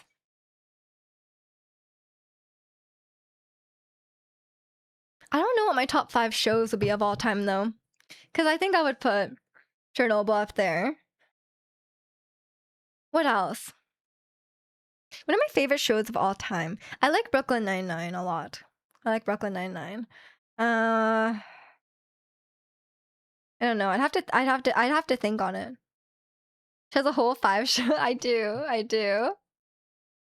What actor could pull Leon off? 48-year-old Leon. You know I don't know actors, channel. All of them are named like Brad or Ryan or something. I don't know. Battlestar Galactica is your number 1. Oh yeah, of course. Of course. I don't know what I would. What shows have I rated very highly these days? I don't know. There's been a lot of good shows. I'm blanking. I have to go back and look. I have to go back and look at what are my favorites. You always just talk about Chernobyl. No, I don't. No, I don't. I talk about other things. Y'all are sleeping on Watchmen, HBO. Oh, I think you mentioned it to me before. Mom G Breaking Bad fan. She does like Breaking Bad. Next time someone asks if you like bullet trains, count it with you like Chernobyl. I will. Really, have you seen Chernobyl? Such a great show. It's a great recommendation. I watched it with my mom as well, and she loved it. She thought it was great. Breaking Bad and Better Call Saul are good too, yeah. I think it's very hard to I don't know, for me I find it very hard to compare like for me I find it very hard to compare like Chernobyl, which is like a very short miniseries of a show, right? To like Brooklyn Nine-Nine, which is like a very long sitcom. So it's like, I don't know. It's hard to compare. I do like a good miniseries though. A lot of great miniseries.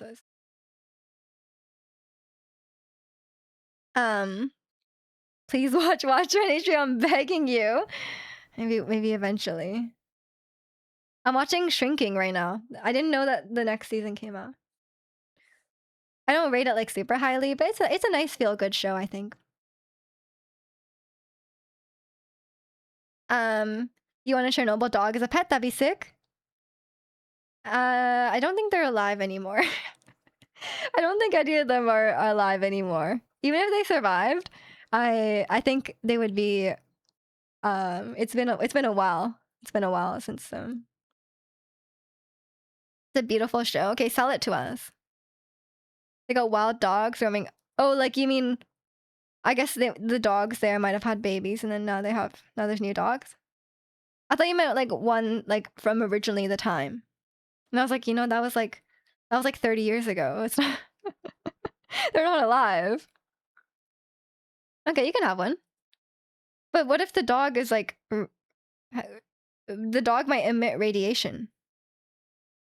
That's probably unsafe. I don't think you can do that.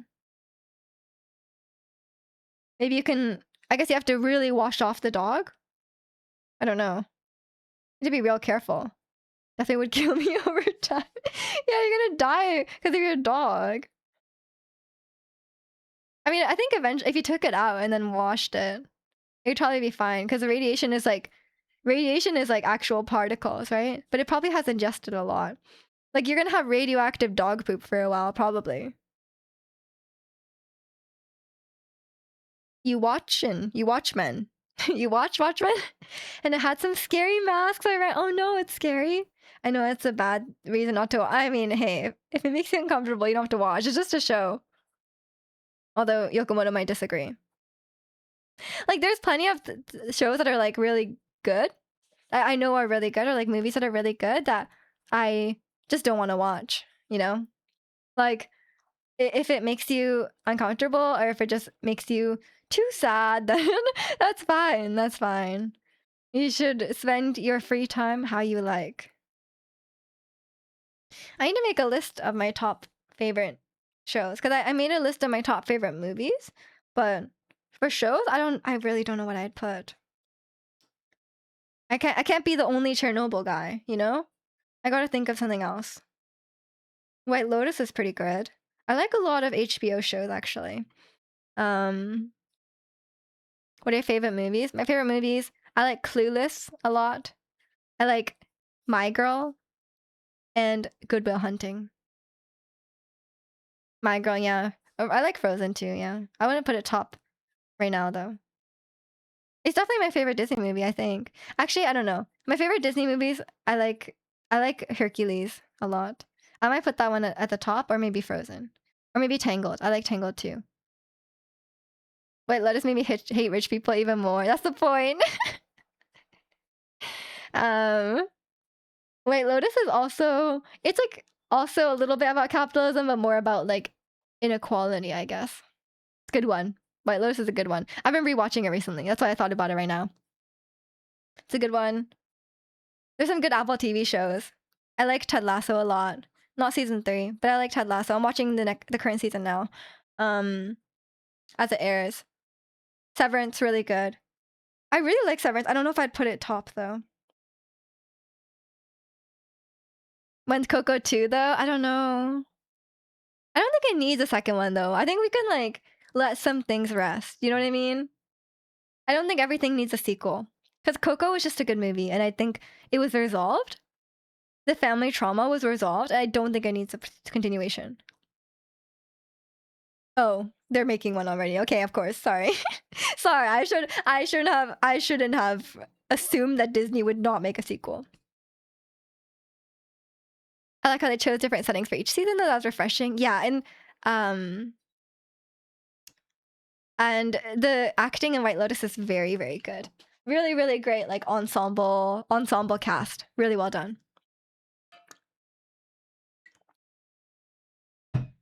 Chainsmoker Cat is a good show. Nope.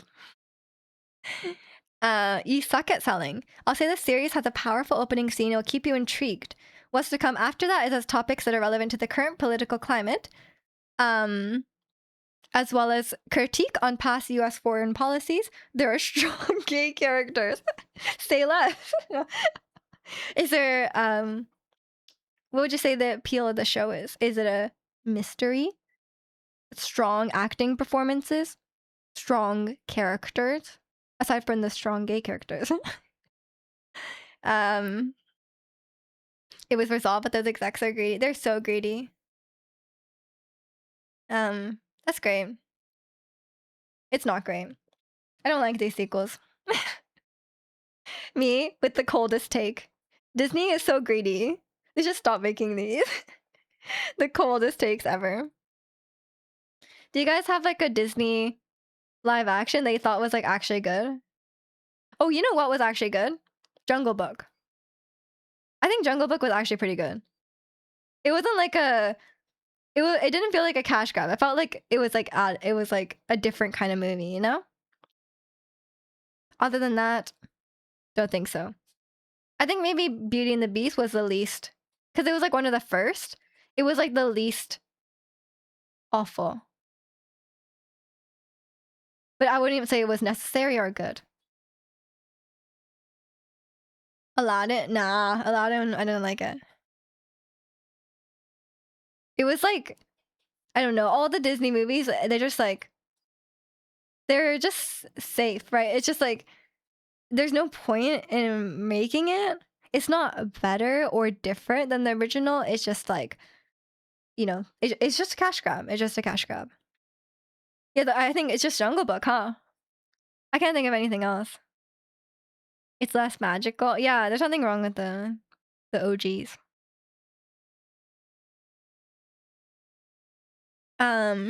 And welcome in, Brokia. I don't know if anyone's pointed out, we have pretty good posture. Sometimes I'm slouched on my desk sometimes. I do. I do Pilates, and my instructor would murder me if I had bad posture. But thank you. You should not slouch. Jungle Book was actually good. I wouldn't have noticed because they're all so bad. Like you get to a neighborhood and one house is fine and the rest are broke. Yeah, that's true. That's true. I mean, I don't blame you. I don't blame you for like not wanting to see. But honestly, I thought it was all right.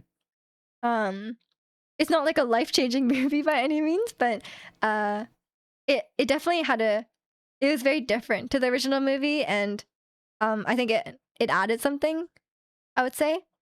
And it wasn't just like, the only thing I think was bad was the guy, the monkey guy. He was like saying like, you know, the I wanna be like you, that one. He was like speaking it. It was really weird. That's the only thing that was weird. Rafiki. No. In the Jungle Book. Can't remember his name. In Welcome in Thunder. Another live action Disney movie is good, but the Mufasa movie. I haven't seen the Mufasa movie, so I cannot speak on that. Because it's its own thing and not an adaptation. Oh, yeah, sure. It's not an adaptation as well.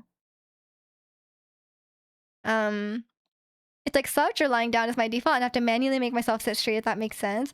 I think there's a few things. One is having a good chair. This is the ergonomic chair. It has lumbar support. Really good.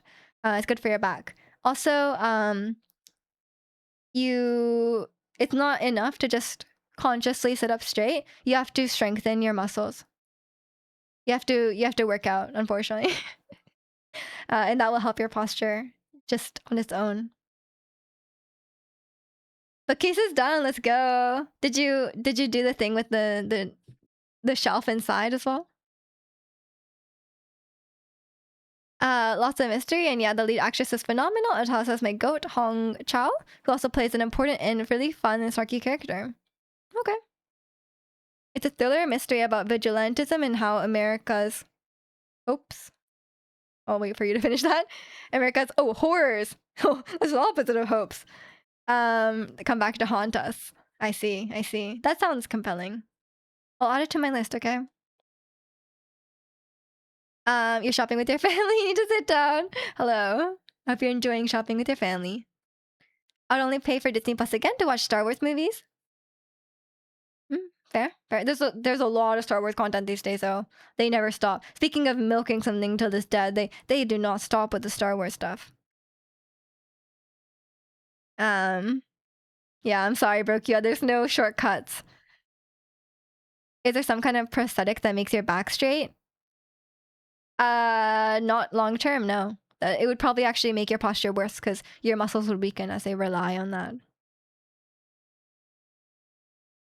But it's probably different as well if you have actually have scoliosis or something. That might be a different story. But if you just have bad posture, then yeah, you should work out. You should work out your core. You should work out your lats, your back in general. That kind of stuff helps. I took off the doors and took the shelves out, if that's what you mean. Okay. Yes, also quite helpful. Okay. The original 1 to 6 episode, I mean. What about Kylo Ren? What about my guy Adam Driver? You don't want to see that guy? Disney was a nail in the coffin for Star Wars. Yeah, probably. I mean, they've been just pumping out Star Wars stuff, you know? I don't know how people keep up with it. I do not keep up with it. You already know I hate Kylo Ren. You hate him because you secretly love him. Almost. Nay, don't put him in the same category as Machine. Hey, come on. He didn't do anything. Did he murder? And you like Anakin, but you don't like Kylo Ren? What did Kylo Ren do? Huh? Did he murder children? Maybe, but we didn't see that. We saw Anakin do that. Kylo Ren didn't do anything. He was almost murdered by his uncle. That's not his fault. His uncle sucks. He has trauma.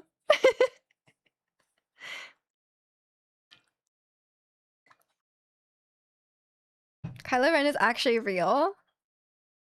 He's based off the character. I forget what son, but his story compared to the actual person he's supposed to be based off is not good. I mean, yeah, if that was a real person, they'd be messed up.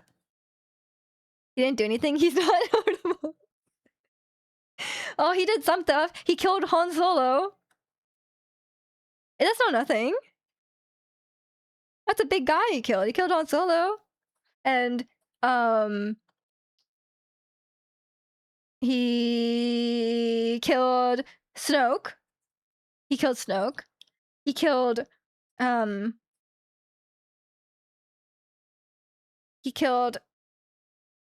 Luke Skywalker. Sort of, I think. I don't know. He can throw lightsabers hella far. Dude should be in the MLB. He missed his true calling. He could have been the lightsaber throwing guy. That is pretty cool. I don't think I would be able to throw it that far. I wonder how far do you guys think you could throw a ball? 'Cause I was thinking about this, and I think I probably wouldn't be able to throw it very far. Like, I think maybe I'm trying to think. I think I could throw if I was let's say we're talking like a soccer field, okay? If I was at the corner kick position of the soccer field, I think I think I would have a hard time reaching the goal. I think I could reach the goal, but like not that easily. I don't think I could throw very far. And I think I would like I would easily, if I tried too hard, I think I would like dislocate my shoulder. 'Cause I don't maybe it's like a technique thing though. It's probably a technique thing, huh? I just say the Legends timeline is so much better than what they give us in the movies. Fair enough. Fair enough. I'm not a big Star Wars lore guy. You just glaze Kylo. Wouldn't be surprised if Machine Gun Kelly. No, don't compare them. Oh my god, they're not in the same category. Okay, Kylo Ren is LARPing as a Sith. That's and Machine Gun Kelly is being weird to Japanese people. You need to go to the gym. That's what my Pilates teacher said. She said you gotta do weight training. I'm thinking about it. Maybe I'll start weight training when I come back from Japan. But the thing is, I already pay for so many lessons. So like I can't do them all. I can't do Pilates sessions and singing lessons and piano lessons and gym lessons. Machine Gun Kelly is LARPing as a weeb and a rapper. He's so embarrassing. How many push-ups can you do? Like plural? Okay, but to be fair, push-ups, I don't do arm workouts, okay? I don't do arm workouts. I don't do arm or chest workouts. It's always back. Like yesterday, we did like only back workouts. My abs, and back. But my arms and legs are weak. But I can do push-up, maybe. How far down are we talking? Like nose to ground push-up? Like what are we talking here? That's my weakest muscles, I would say, the chest. A half up? Maybe. I don't know. I have no idea. All I do is lats, man. All we do is lats for my rounded shoulders. Look. My shoulders are looking pretty straight across, huh? Because of the lats. This one's a bit rounded. What about half up into face plant? Oh, I could do that. Yeah, I could do that. Easily. It's an effort. Yeah. I could do it. I could, yeah, we mainly just, I'm trying to work out my legs more though. Because I get some like hip pains and stuff like that. So it's nice to, I think it's from weakness in my outer legs. But apparently also my inner legs are weak. So my whole legs are weak because I don't use them much because I sit down a lot. So I need to work on that. But I do arm workouts at home. But I wouldn't say my arms are very strong. So yeah, now I'm thinking my singing teacher does lifting. And it seems really cool. So maybe I should do it too. Don't believe her. I saw Miju doing 59 muscle ups in a row at the gym last week. Don't tell them. Oh my god. I need to keep up my streaming persona as a weakling. So then if someone tries to take me on in real life in a fight, I can take them by surprise. But yeah, I think when I guess with the gym thing though, like if I get a trainer, I don't necessarily, a trainer does not need to be like a long-term thing, right? Like I think it can be like I can learn how to do it and then just do it myself, right? Would that be fine? You guys are gym rats, right? Or would it still be like I might do it wrong afterwards? Would it be dangerous still? It's probably fine, right? Like how long can I train? How long do I need to learn it and then just do it myself. What was the question? Like, if I got a trainer to teach me how to gym, to teach me how to use stuff at the gym, um, how long would I need to train with them before I'm like, I can do it myself? Can't you just go on YouTube? I'm scared of doing it wrong though. I don't have bad form. A year? That's a long time. A year? Oh my god. I thought we were talking about like 2 months. Oh my gosh. Okay. That's expensive. How much is personal training? It's like $100 a session. I don't do that for a year. I'm already doing all this other stuff. Should I give up my piano lessons? Oh, but I kind of want to be good at piano. I don't know. It's a waste. I just bought this piano. Should I do them all? My budget, though. I'll have to think about this. To consider this. Muscle ups are incredibly hard to do. Not if you're me. I could do 59. What do you think your trainer says after he says, I don't need you anymore? I don't know. They might just say like, okay, good luck. I mean, I doubt they'll take it personally. They're professional, right? If they take it personally, that's weird. Although I'm very scared to break up with my financial advisor, by the way. I'm like, actually, like, I feel like I'm like initiating a breakup. It was already hard to tell them I want like half their accounts. Like, if I tell them I want to close all my accounts, like, that's scary. Maybe I'll just be like, I won't be able to break up with my trainer. And I'll just be like doing the training forever. It's also a time constraint as well. Like, I think I already do a lot of stuff. I kind of feel like I need to drop something. Like, I do Pilates once a week, I do singing once a week, and I'm gonna go back to doing piano once a week. And like, I'm supposed to do gym as well. Like, that's a lot. That's too many things, and it's very expensive. One-on-one lessons are very expensive. I feel like I need to drop something. But Ricky will be disappointed in me if I drop piano. You sing? Yeah. It always surprises me how much more of an adult you are than me. Am I? I forgot financial advisor the thing some people. You don't need it. That's why I'm trying to break up with mine. I've had my financial advisor since I was 19. Because I was too scared to do it myself. But you don't need one. You don't need one for sure.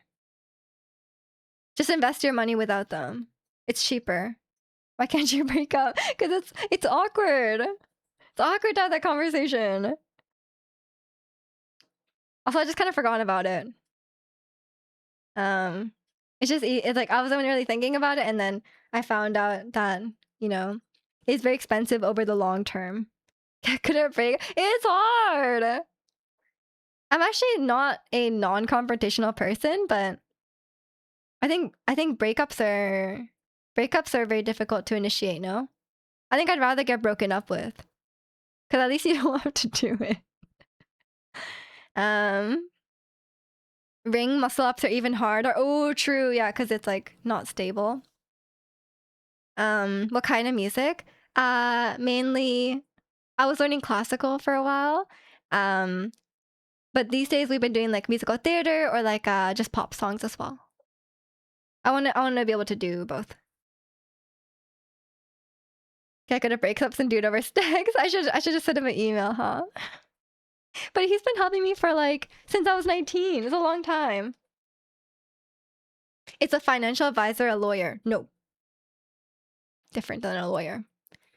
If you told the financial advisor to teach you their skills, would they do it? No, yeah, they do give advice and stuff like that. But it's something you could learn on your own very easily. Unless you have a very complicated financial situation. If you're just like a normal person investing for retirement and you don't have anything very complicated, you don't really need a financial advisor, in my opinion. Unless you're the kind of person who's gonna make some rash decision with your money. Then maybe it's worth. If they might save you more than you will lose by making some terrible decision.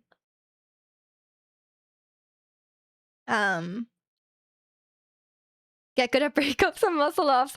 Okay, I'll try. I gotta strengthen. What are some workouts I can do to get good at breakups?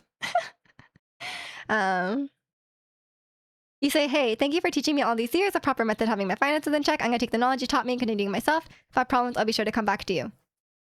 That's a great breakup speech, actually. I was thinking about doing that too. I was gonna thank him as well for all the help over the years, and then being like, I think I could do it myself. Thank you. But I might just take like some of the money out. That wasn't even ChatGPT, man. Some people can write. Some people can write words. I think like I might just take a portion of it at this point. Because if I take it all at once, I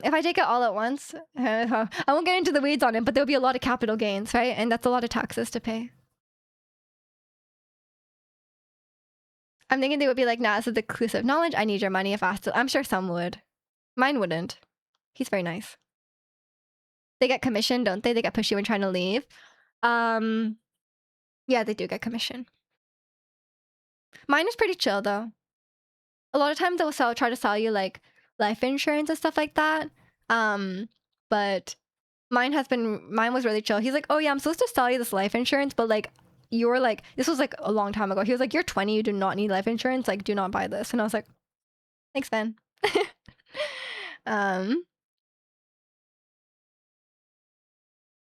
She does have a heart. Hey, I'm very polite. I'm Canadian, man. I'm very polite. You have many years of practice because I pretty much do everything that my wife doesn't want to do. I feel like with couples or even friendships, there's always one person where it's like, oh, like, can you ask the person at the store if they have this? Or like, we got the order wrong. Can you tell the waiter? It's always like one person who will do it, you know? That's me, actually. I am not scared of doing those things.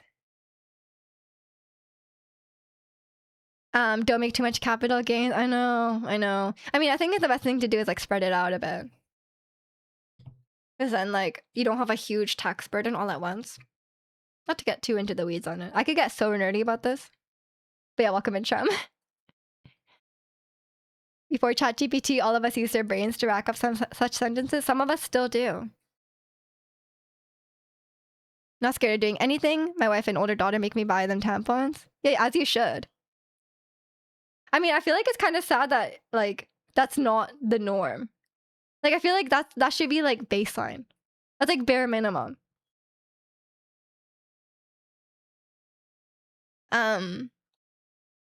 I can't move on for something like that. I would relive the moment in my head for years.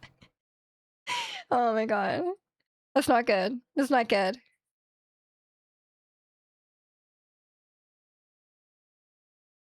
But yeah, I feel like buying tampons should not be something embarrassing. Like, would you be embarrassed to buy toilet paper? No. It's the same thing. It's like literally the same thing. And what? Are men worried that like if there's a guy out there who's like, oh, I won't buy tampons for my girlfriend, like are they worried that they're gonna think it's for them? Like what? Why? So weird.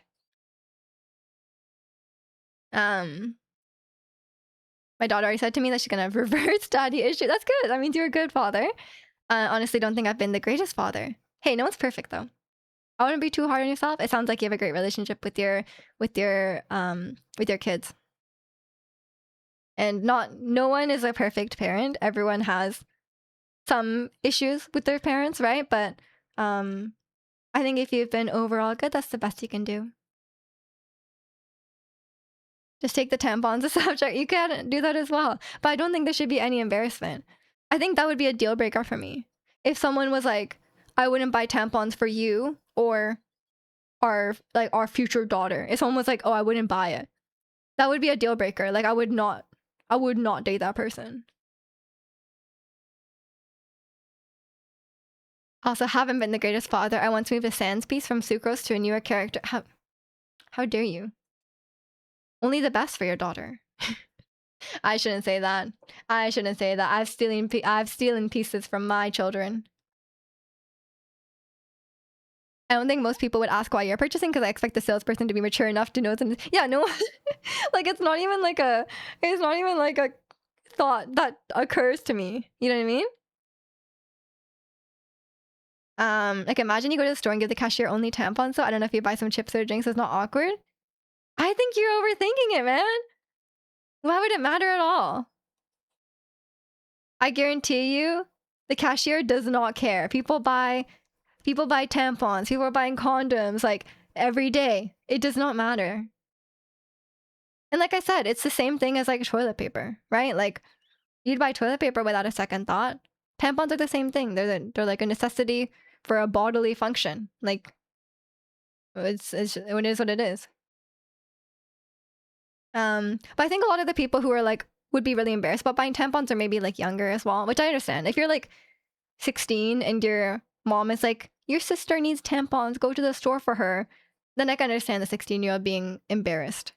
But I think as you get older, you should not be embarrassed. Like, like I think you should like that's a silly thing to be embarrassed about, and I think you should move past it. Even if you do feel embarrassed, if you pull through and you would still buy tampons for a female friend or partner or whatever or daughter, then I guess that's fine.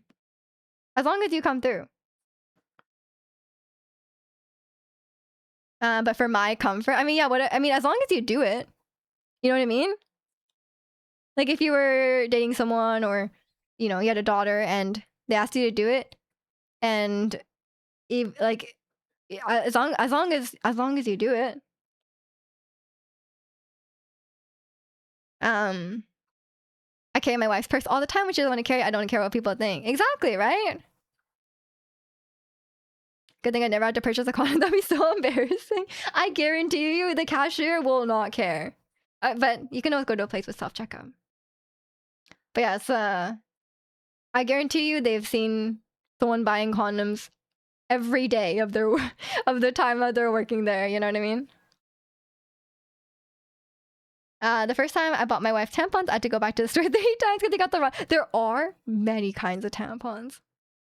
Hope they don't think there's that lone tampon. No, I'm sure they would think like, oh, that person's buying tampons for someone. That's very kind of them, you know? Like, I mean, if you go every day and you buy tampons every day, you might be the tampon guy, because that's like too many. Like, it's like, why are you buying that many? But if you're buying them at like a reasonable frequency, it's fine. But if you do buy a box of like 100 tampons every day, then they might question you. they might think you're strange. But yeah, I don't think that will happen. That's like on the extreme end. In the same way that if you bought 12 rolls of toilet paper every day for 3 months, yeah, people might be like, why does this guy need so much toilet paper? Like, is he okay? So probably not. Who needs 100 tampons? I mean, you just go through them over time. Like, tampons don't expire, right? Like, I think women would use way more than 100 tampons in their lifetime, right? Like, if you're menstruating from age 12 to like 55, then yeah, you're gonna need a lot of tampons. Once every 3 months, maybe. It depends how many you're buying. If you're buying like a tiny box, it's not gonna last. If you're buying like a huge box, then yeah, maybe once every 3 months. But yeah, to be fair, it is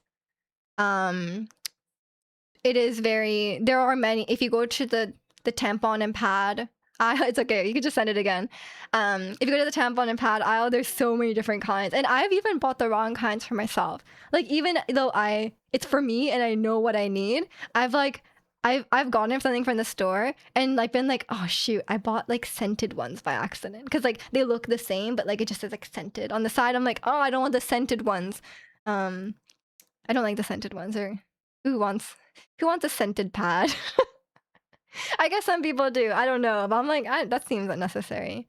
But yeah, sometimes I do get the wrong ones personally as well. It's very easy to do it. You have never had anyone ask me what I needed them for, with the exception of the first time I was buying them and I had to go back to the store 3 times. Fair, fair. Aren't tampons really hard to find in Japan?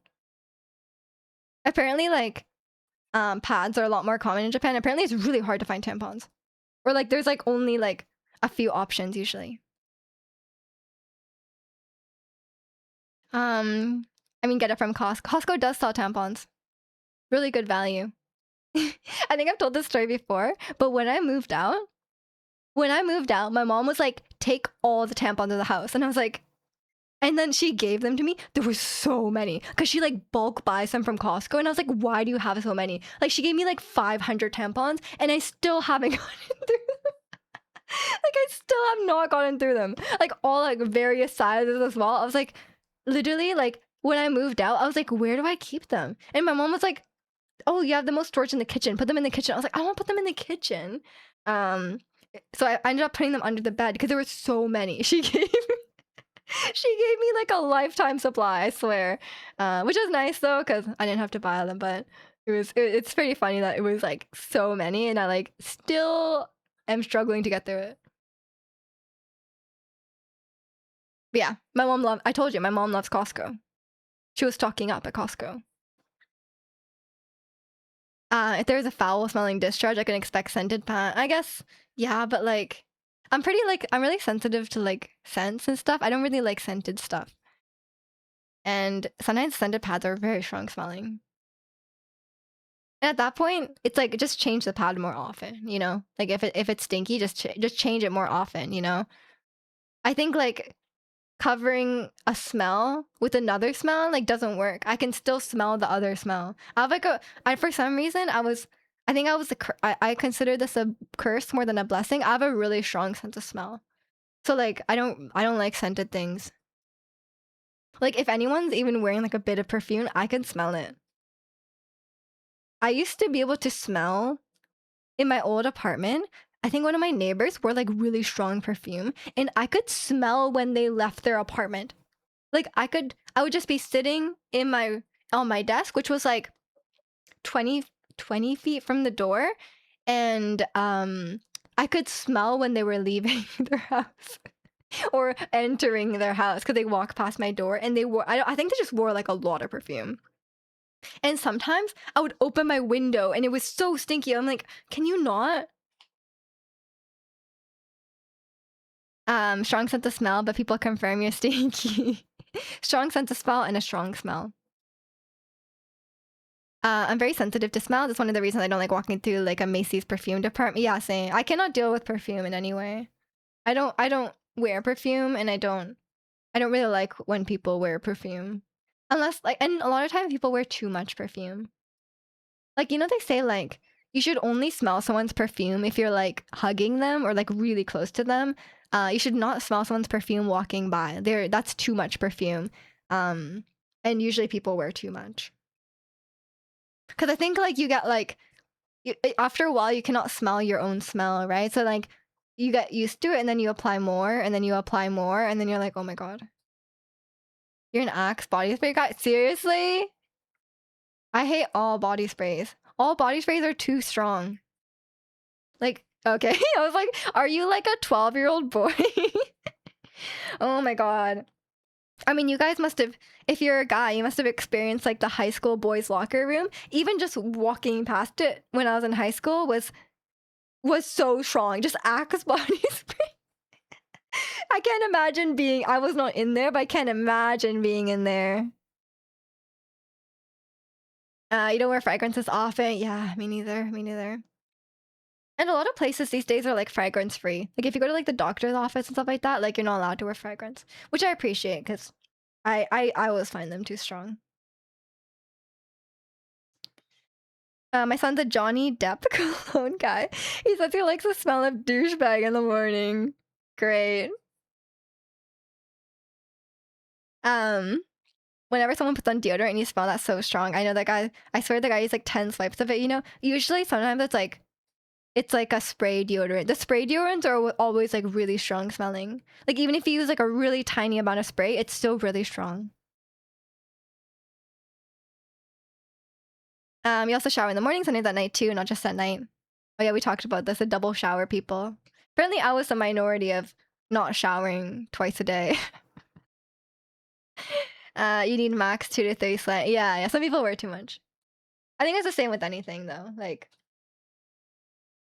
yeah, but my Pilates instructor, my old one, who's off on maternity leave now, she says she's like, in her first trimester of being pregnant, like any smell, like no matter how small, made her like want to throw up.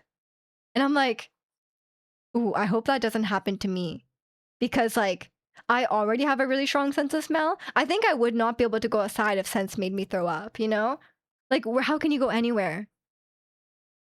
She said like everything made her so sick that she had to change all the products in the house. Like any like even the shampoo, the body wash, the laundry detergent, she had to change all of it to unscented. Otherwise she will like her motion sick her morning sickness was so bad.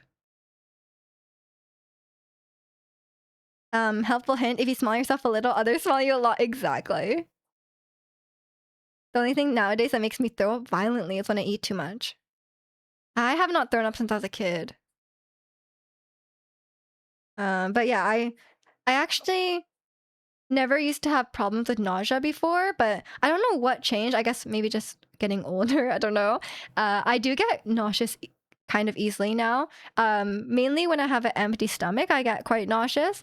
Um, and I get more nauseous from. I used to be able to go on any ride ever, like at the amusement park, and now I cannot. I get motion sick, and I've also started to get motion sick from games sometimes. But honestly, it was mainly Resident Evil 9. Resident Evil 9 was awful for motion sickness. Tiny FOV. Yeah, tiny FOV, awful.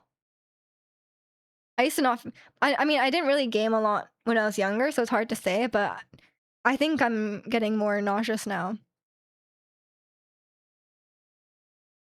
I used to have crazy gag reflexes as a kid, not anymore, but also used to make me a fairly picky eater, but now you like everything. That's good, you grow out of it. You getting old? I guess so. I guess so. That's what it feels like. I cannot go on any of the go in the amusement park. I'll be like, oh, a spinny ride? No way. um I heard Stray made people motion sick. Yeah, it depends on the game. Like some game, I think like small FOVs, too much motion blur, shaking screen, stuff like the way the character walks, maybe. Or a lot of times for people, it's like the camera moving without you controlling the movement. Also can make people really sick. My sister wears a strong perfume and it irritates me and then tries to lash out being in the same vehicle and then complains, why are you acting? That's annoying. Being stuck in like a enclosed space with someone so stinky is annoying. That happens in the elevator sometimes. Someone gets in the elevator and they're wearing so much perfume. I'm like, oh my god. Get me out of here. The only reason that happens to me is I'm missing a gallbladder in 3 inches of my intestine. Oh, that would explain it, yeah. And welcome in Spot. Have you reading a lot today? What part of Resident Evil 9? The whole thing. That game has the tiniest FOV. Have you not noticed that? Like the FOV is like half as small as every other game. They they're like, oh, it adds to the horror, but like I wish you could change it. Didn't bother me. It was really noticeable for me. That's why sometimes like zombies can come out of nowhere. You cannot see them. But if you compare it to a different game, you'll really see the difference. That's why I have a face mask in the back pocket. You never know. Yeah, I should carry one around more, huh? I don't usually go out into like too many public spaces like that though. Some people even get mad when you put on the mask. Not their problem. But putting them in front of them is fine. It's fine. Your comfort goes above them. Even others in the series are just different games entirely. I think it was the worst in 9. Other ones are not that bad. 9 was just really bad. Like, try going in first person. You can't see anything.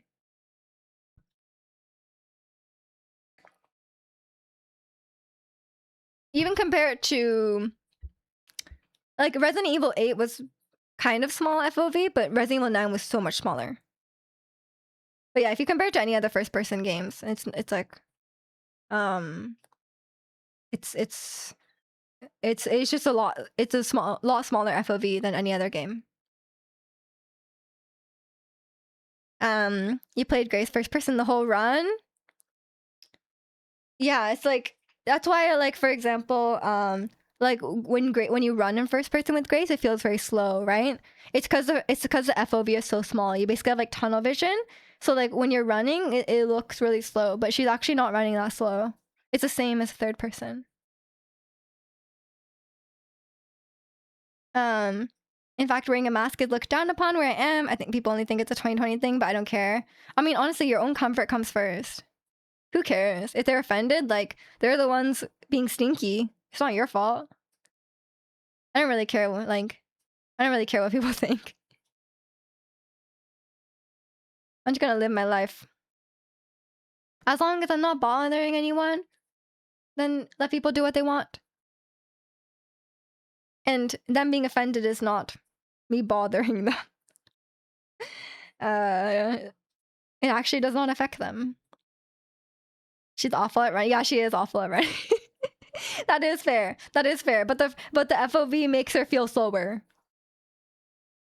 They legit think I'm patient zero. Yeah, people are just stupid. At least here, people wear masks still. It's fine.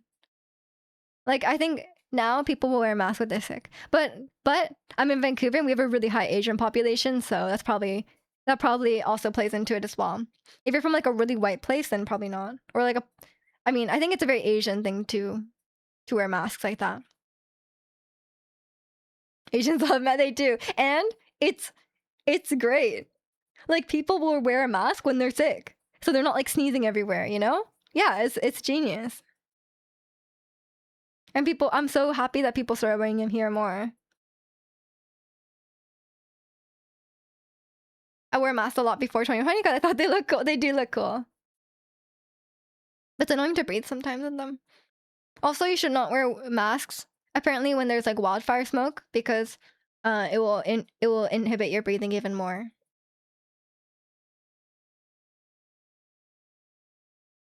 People even thought masks are used to prevent COVID. I mean, it can help. Oh, for the person wearing it. I don't really think it's more like if you're sick, you're not like spreading the germs everywhere. Although best thing to do when you're sick is to stay home. And I'm glad that people are somewhat taking it more. It's not like as good as the COVID days, but it's not as good as the COVID days, but people are still more like accepting of being like, okay, if you're sick, stay home, you know? And people are taking that more seriously. I remember seeing people wearing it while driving a lot. I mean, I think maybe I would do that sometimes if I'm just like out follow somewhere and then I'm just gonna be in the car like a short while. Then you have to take it like on and off. But maybe not for a long drive because it's kind of stuffy to wear a mask for a while. Yeah, okay. I think I will go eat some lunch now. I'm kind of hungry. Kind of hungry, and I've been streaming for 4 hours. Yeah, you forgot. Yeah, maybe you just forgot to take it off. You can't be judging them. Maybe they're lazy, or maybe they look ugly that day, and they just want to cover their face and no one perceive them. You're judging. Don't judge them. Hey, the best thing about wearing the mask is like you can just go out looking like garbage, wear a mask and a hat. No one will see you. It's better to forget to take it off than to forget to put it on. Yeah, exactly. It's kind of just judging. Okay. I will leave it here for today, though. I will be streaming tomorrow, as usual, with some Skyrim, which will be fun. Yeah. So if you want to see some Skyrim, come to stream tomorrow. And join the Discord if you haven't already. And yeah, hopefully I'll see you tomorrow. If not, have a great rest of your weekend. Thank you all for watching, and bye.